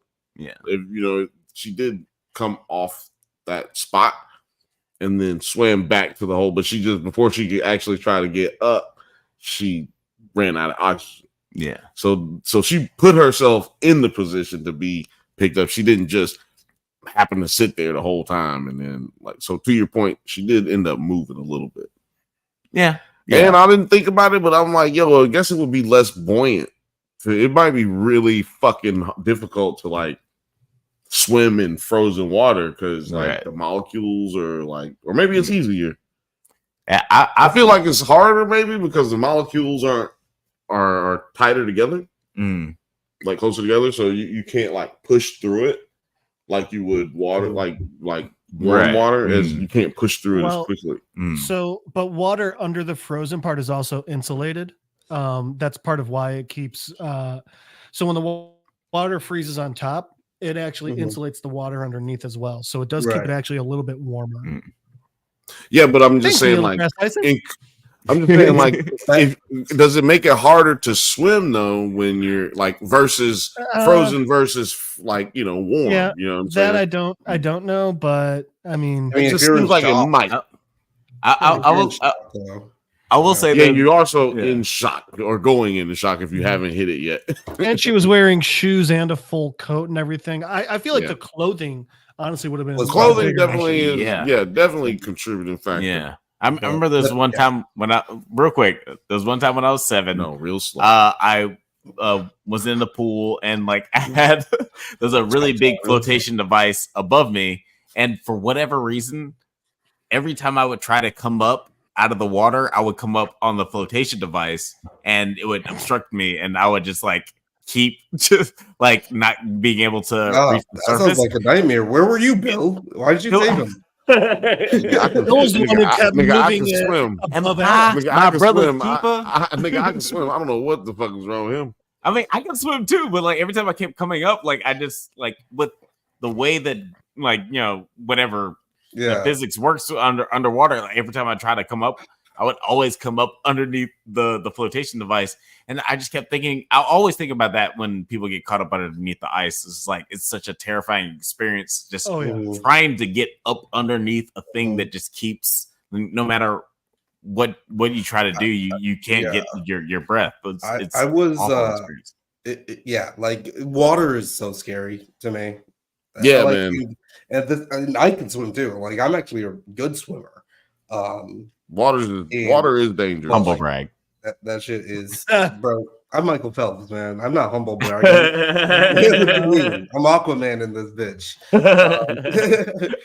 We need a black Aquaman, by the way. Aqualad is. Aqualad. Aqualad is, Shit. How long did the dude? He needs a movie. How long did the dude see naked? Liz was wet, and Navarro had to grab her and drag her back in a blizzard while having a concussion. Yeah, like it's a bunch of different factors that, like, man, they could have not survived this, but it's also like leans into the fact like they were easier to commune, like they're in night country and they're fucking all fucked up, so it's like easier to commune with you know, you're seeing hubcaps just fly about in the facility. That's crazy. I love concussion. Sorry, I was just gonna say I love concussion awareness and nowadays where like before, like in the 90s, somebody could hit somebody over the head with a gun and they just like are just out. They wake up in 30 minutes and they kill 20 people and nobody asks any questions. But now it's just like, well, wait, shouldn't he have concussion protocol? Like, is he going to have all of his senses? Don't go to sleep. Don't lay down. Yeah. But I was going to ask you about a couple different things that I was a bit like, I was just like, ooh, this is kind of cringe. And that was the slow down version of Scream and Shout. I did not like that. I was like, this is weird and kind of nasty. Like, I don't know. It just doesn't really fit. Wait, the slow down version of Twist and Shout? Well, yeah, like it may have been around the time that like I think it was literally like after this scene here, like the good Jodie Foster scene. Yeah, like did you guys not hear that? It was actually this one when they when she actually wants to know what her son said. It didn't. I think it was simple. I think it was I think it was symbolizing her dying, like her life force. I understand what it symbolized and like the relevance of the story. What's the question? It just sounded weird. Yeah. I think it just built the tension for some people. Wasn't good, is what we're saying. The song itself is not good. Slow down. Sorry, does it look like Jodie Foster has old people makeup in this shot right here? A little bit, yeah. I mean, I know she doesn't. I know she doesn't. I think that she's just not no makeup that day. It's the cold. This is like after she got saved by Navarro. Yeah. So right. She's frostbit and warming up by the fire. The lady is no tea, no shade, no pink lemonade. That's what she just looks very. Nigga, you pointed it out. Nigga, you pointed out that she looked old right there. Hey, that's she's just like she's got the red nose here, and then afterwards she has striking features. She has striking features that makes her look like a statue, no matter where she's at. Right. Yeah. And I really liked her performance in this, where she was just like, I'm on the verge of death, so I can't emote. I can't like bawl like I'm, Viola Davis in Fences or anything. I can't believe nobody picked Peter as the MVP. I believe that. Oh, do you pick Peter? I mean, it was a second choice. Peter and Navarro. Yeah. Second choice. Yeah, I see. It's just that that's why he picked two. Isn't Pete Navarro the guitarist from Jane's Addiction? I have no idea. No, that's is it Pete Navarro? Yeah, I think it is Pete Navarro. I think Pete Navarro is the guitarist from Jane's Addiction. It's Pete and his wife frustrated me that. Oh, go ahead. Yes, yes, that bothered us the too. White House National Trade Council. Yeah, not you thinking about not the same guy. It definitely bothered me as well. Like their relationship was Navarro. Sorry, their relationship was not explained enough, shown enough. Either that, or they gave us exactly what they wanted to convey, which is that Peter's wife is a stupid, no good, ignorant ass lady who don't care nothing about what her husband has to do. She doesn't have anything going on. She's not going to work. She's not doing anything extracurricular. She ain't got no hobbies. Like, is she? Was she a nurse? I mean, she's a nurse, but we don't ever. They don't show us none of that. Where is she nurse at? They ain't show her at no hospital. Yeah. We don't even see if we see the hospital 4-5 times. Don't see her at work. She got to be on mat leave. A cut scene. Alex, just like Alex just said, she must be on medical leave. Yeah. That's the only thing that makes sense. Is she's on maternity leave or some shit. Because this is just none of that makes sense. That kid's way too old for maternity leave. I'm just saying that doesn't make sense. If you're a nurse, you're gonna be at work at least 12 hours a day. She's never at work. We never see her at work. We just see her complaining that he at work. Now, how you gonna complain that he at work? I just don't understand how you can complain that a person is at work and doing their job. That's like really the craziest case that this. Miss T said in the chat, she helps grandma at the laundromat. Oh yeah. She helped grandma. Who ended up being the real killer and the true detective in this story. Technically, she wasn't a killer; she was a kidnapper. Yeah. Oh yeah. She. I call that. She relocated. I don't think that's kidnapping. They relocated. They didn't cross state lines, so it's not a adult as being kidnapped. It's not a federal crime either. Atlanta, he's like, what does he say? He's like, I can't explain why she didn't kidnap her father, but has the term "kid" in it. It's not kidnapping. Like this is a grown ass man. Well, I must have kidnapped her 35 years ago because she ain't been a kid. Yeah. No, hey, Miss T is helping us out right here, boy. She said, I thought she was in nursing school, but hasn't graduated yet and was overwhelmed because she had to study. Look, which makes a lot of sense. Yeah. Which study harder, except my mama worked as a nurse and was studying and doing her homework while we was doing our homework while she went and got her master's. Yeah. So, well, all I know is woman. I'm just saying, man. She ain't even if she wasn't gonna be complaining that our father was going to work.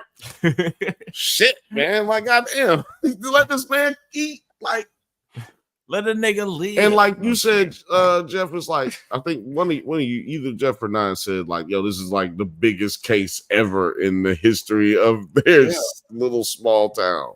Right. Like, why isn't she letting him just like do his job? It's my motherfucking job. Yeah. But maybe it could be for the fact that like she knows what's up too. Like she knew. For me, it just felt like she was like, "You're off the damn clock. Be off the damn clock. Don't turn yourself into Liz." You know. But that's just, not realistic when you're talking about murder police. I do feel like, you know, like her regular life with like their regular life was very complacent. Like, this is a very small town. There aren't a whole lot of multiple frozen murder mysteries happening in this town. The craziest thing they had going on was that old white lady who keep getting drunk and running into shit. Right. It's like that's the craziest thing they have happened. That's like every other Wednesday. Latest I come home was like 12:30 a.m. because of some like crazy shit. And that's very rare. And you know, this is a new thing in her life and in their life. So I knew they would be. I always hope that they'd be able to get over this. And this is it too. Like, she made a complete 180. And you know, we were talking about this. It's like they should have talked in the car from the jump. how come this wasn't developed? Like, he could have then. Either way, because this is the fact that like bothers me, is that he's actually now keeping a secret from her in this moment. But now she's like, "Oh yeah, I respect you now, and I love you." But he's telling her he's keeping a secret, right? You know, like, nah. Well, like, plus, basically, what he said to her is like, "Nah, motherfucker, bitch, I'm handling my business. Like, I'm standing on business." Yeah, I'm standing on business because like earlier, like I want to hear what you guys feel about this, because like it's no, I'm very curious because I'll get the channel banned if you want to know my true thoughts. No. Yeah, to y'all's point, like before, like he was being kind of like forthright about like his police work the whole time, and she was very unreasonable about it. And now he is sort of being withholding because there's a criminal element to it, and she seems sort of okay with it. That's because niggas die every day in Ennis, man. I told y'all all the way element involved is him. I told y'all all the way back at the beginning, man. Look, man, Ennis is a place. I said this, man. Ennis is a place where everybody catch a body. Peter just caught it first. Yeah. Clearly his wife done already caught one. She already knew what the deal was. Honest, she's in nursing school. She might have been able to help those guys. I mean, didn't even ever look at them. Nah, we don't need her over there. We need her. She clearly she is a volatile, emotional person. We do not need her up at the damn spot where we busting lungs out and throwing bodies in the ice. I also don't think a nursing student can do too much for a bullet through the dome. Especially after Rose poked some holes in his chest. Right? But I one of the last questions, the last question I want to ask is, how did you guys feel about this? Like, because this is just ripped straight out of the iconography of season one. Right? Mm-hmm. Yeah. How did you guys feel about that little detail added in there?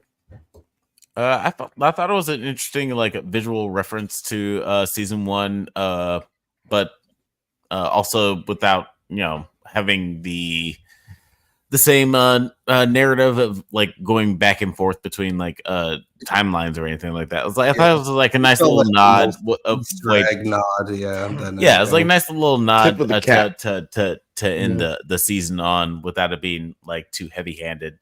And we get like nice little reveals, like we see that her and Peter are still working together. What if I told you that one of these police officers was actually Matthew McConaughey in makeup? Oh wow, he really revealed that. He's just like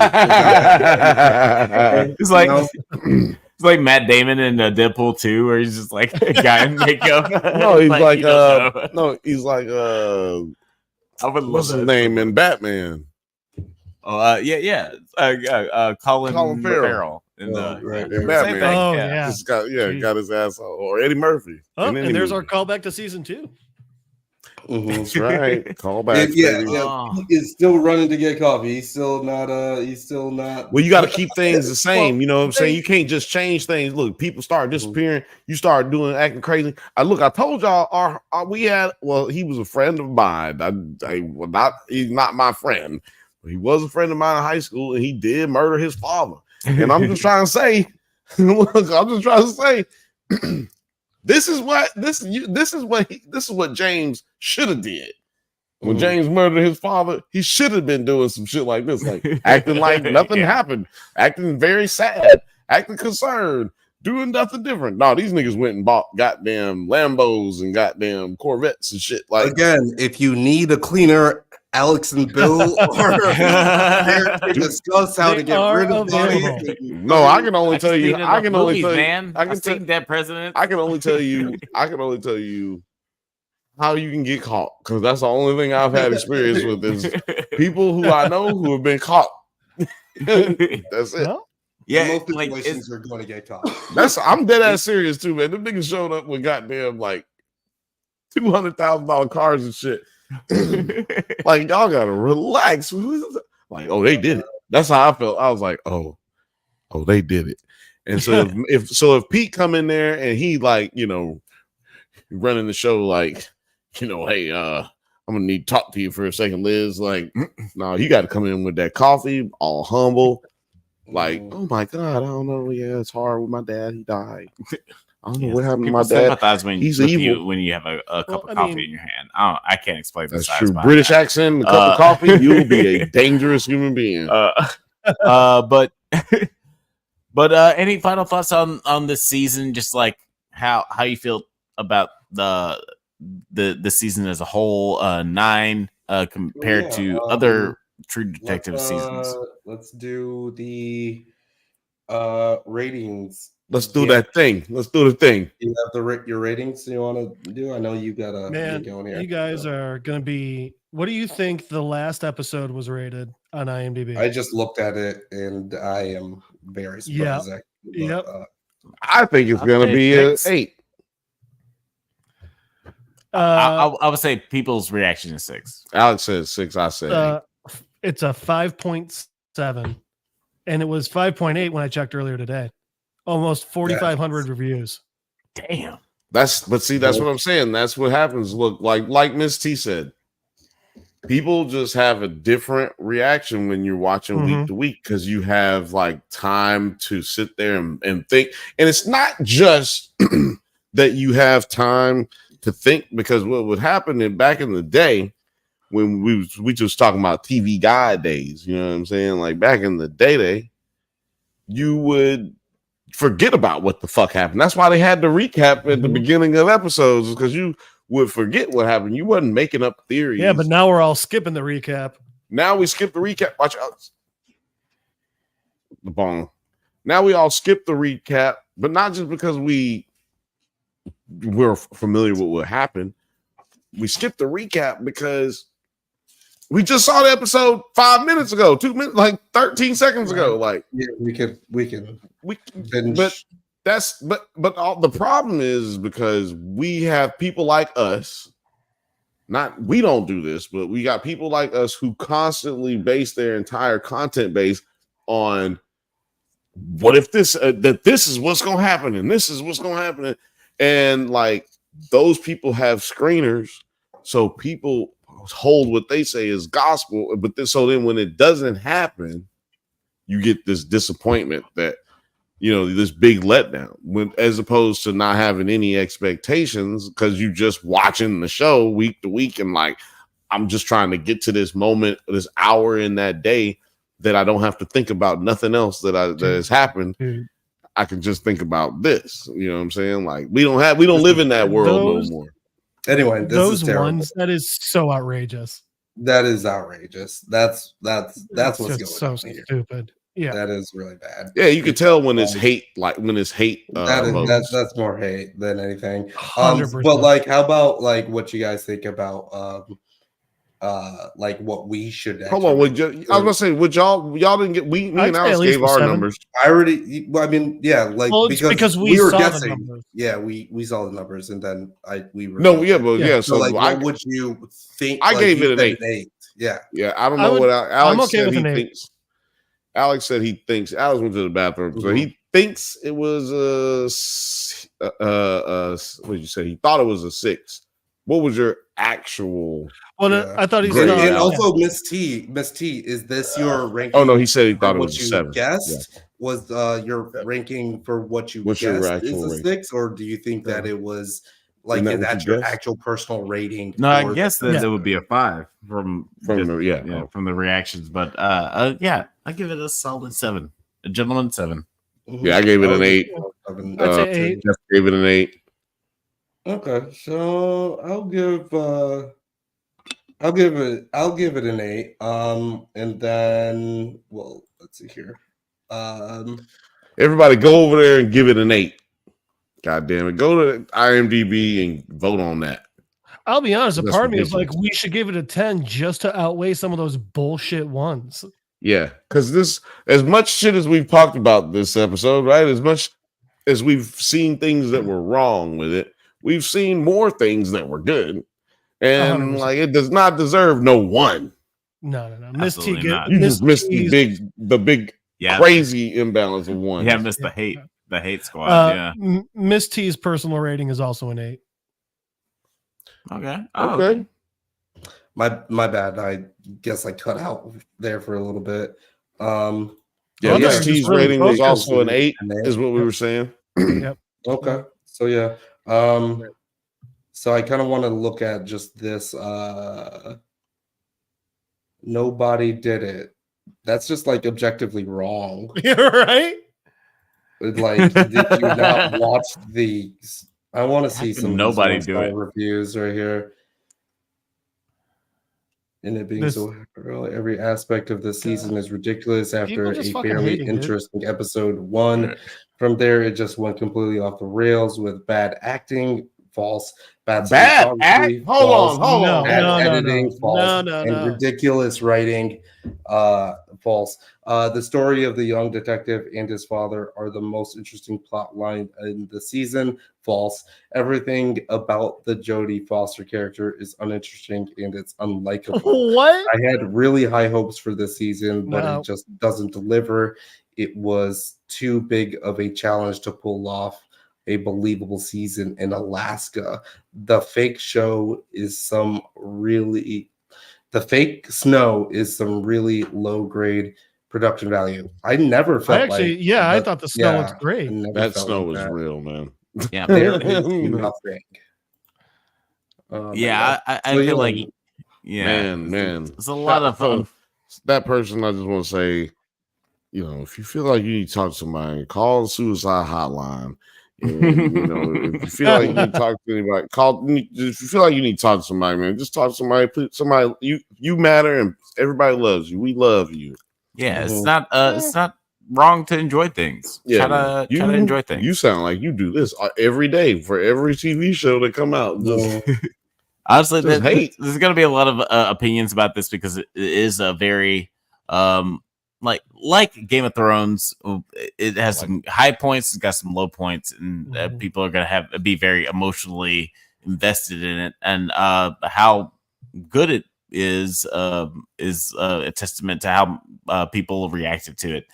But anyway, all that being said, we'll go ahead and close this conversation out. One more, just for Jeff as well. What would you rate episode 3 of Halo?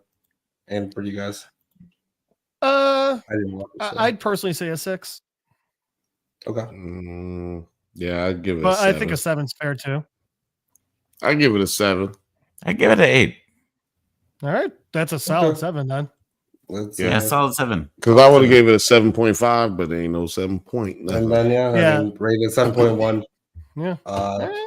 Cool. Less than 1,000 reviews there. So okay, good. Yeah, people are wild, and we don't know if you look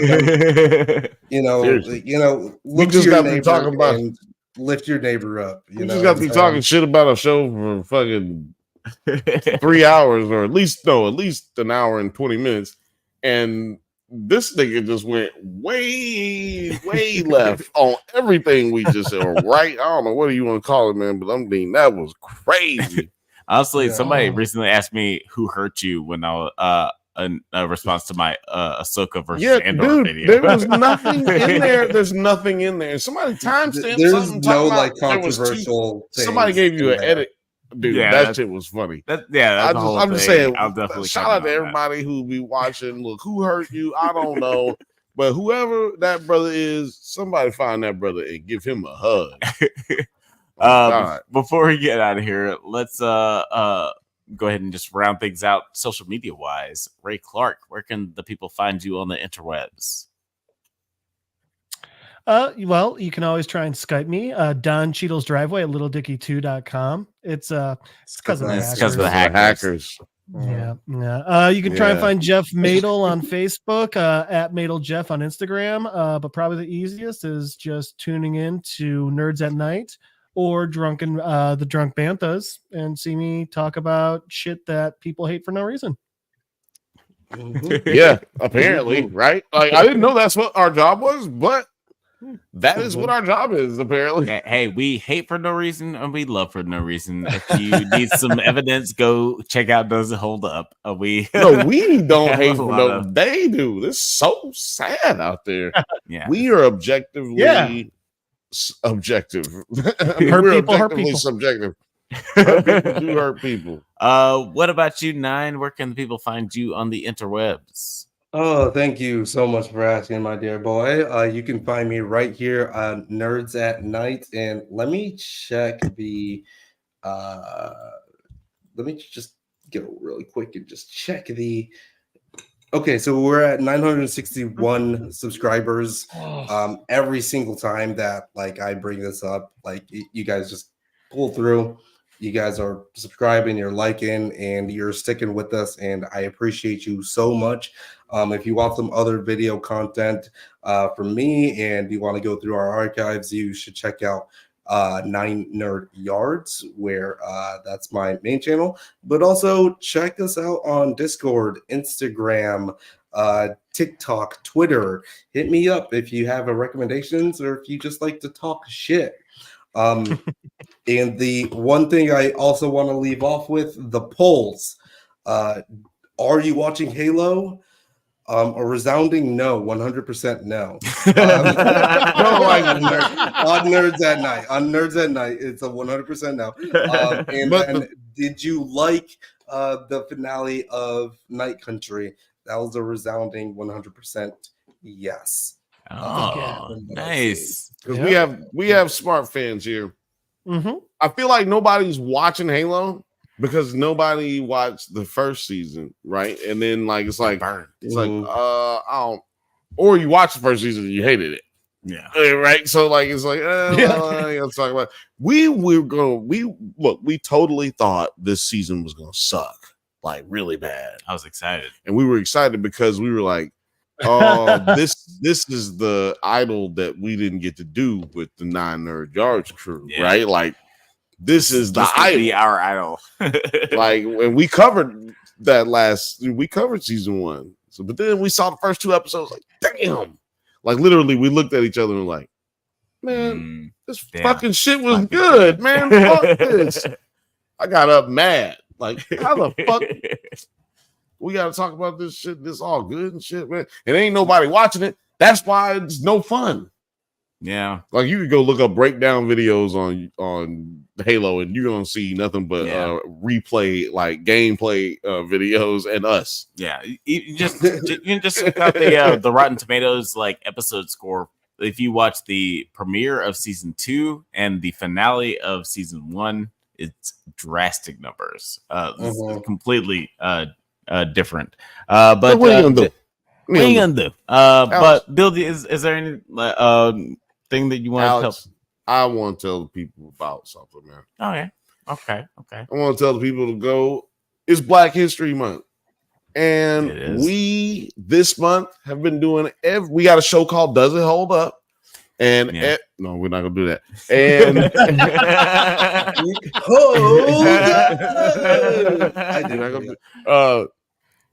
it comes out every other Monday. But Black History Month, we decided, hey, every Monday, y'all are getting a new episode of Does It Hold Up?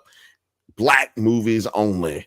So we've already done Blank Man. We've already done Harlem Nights. Yep. We've already done what was the other one?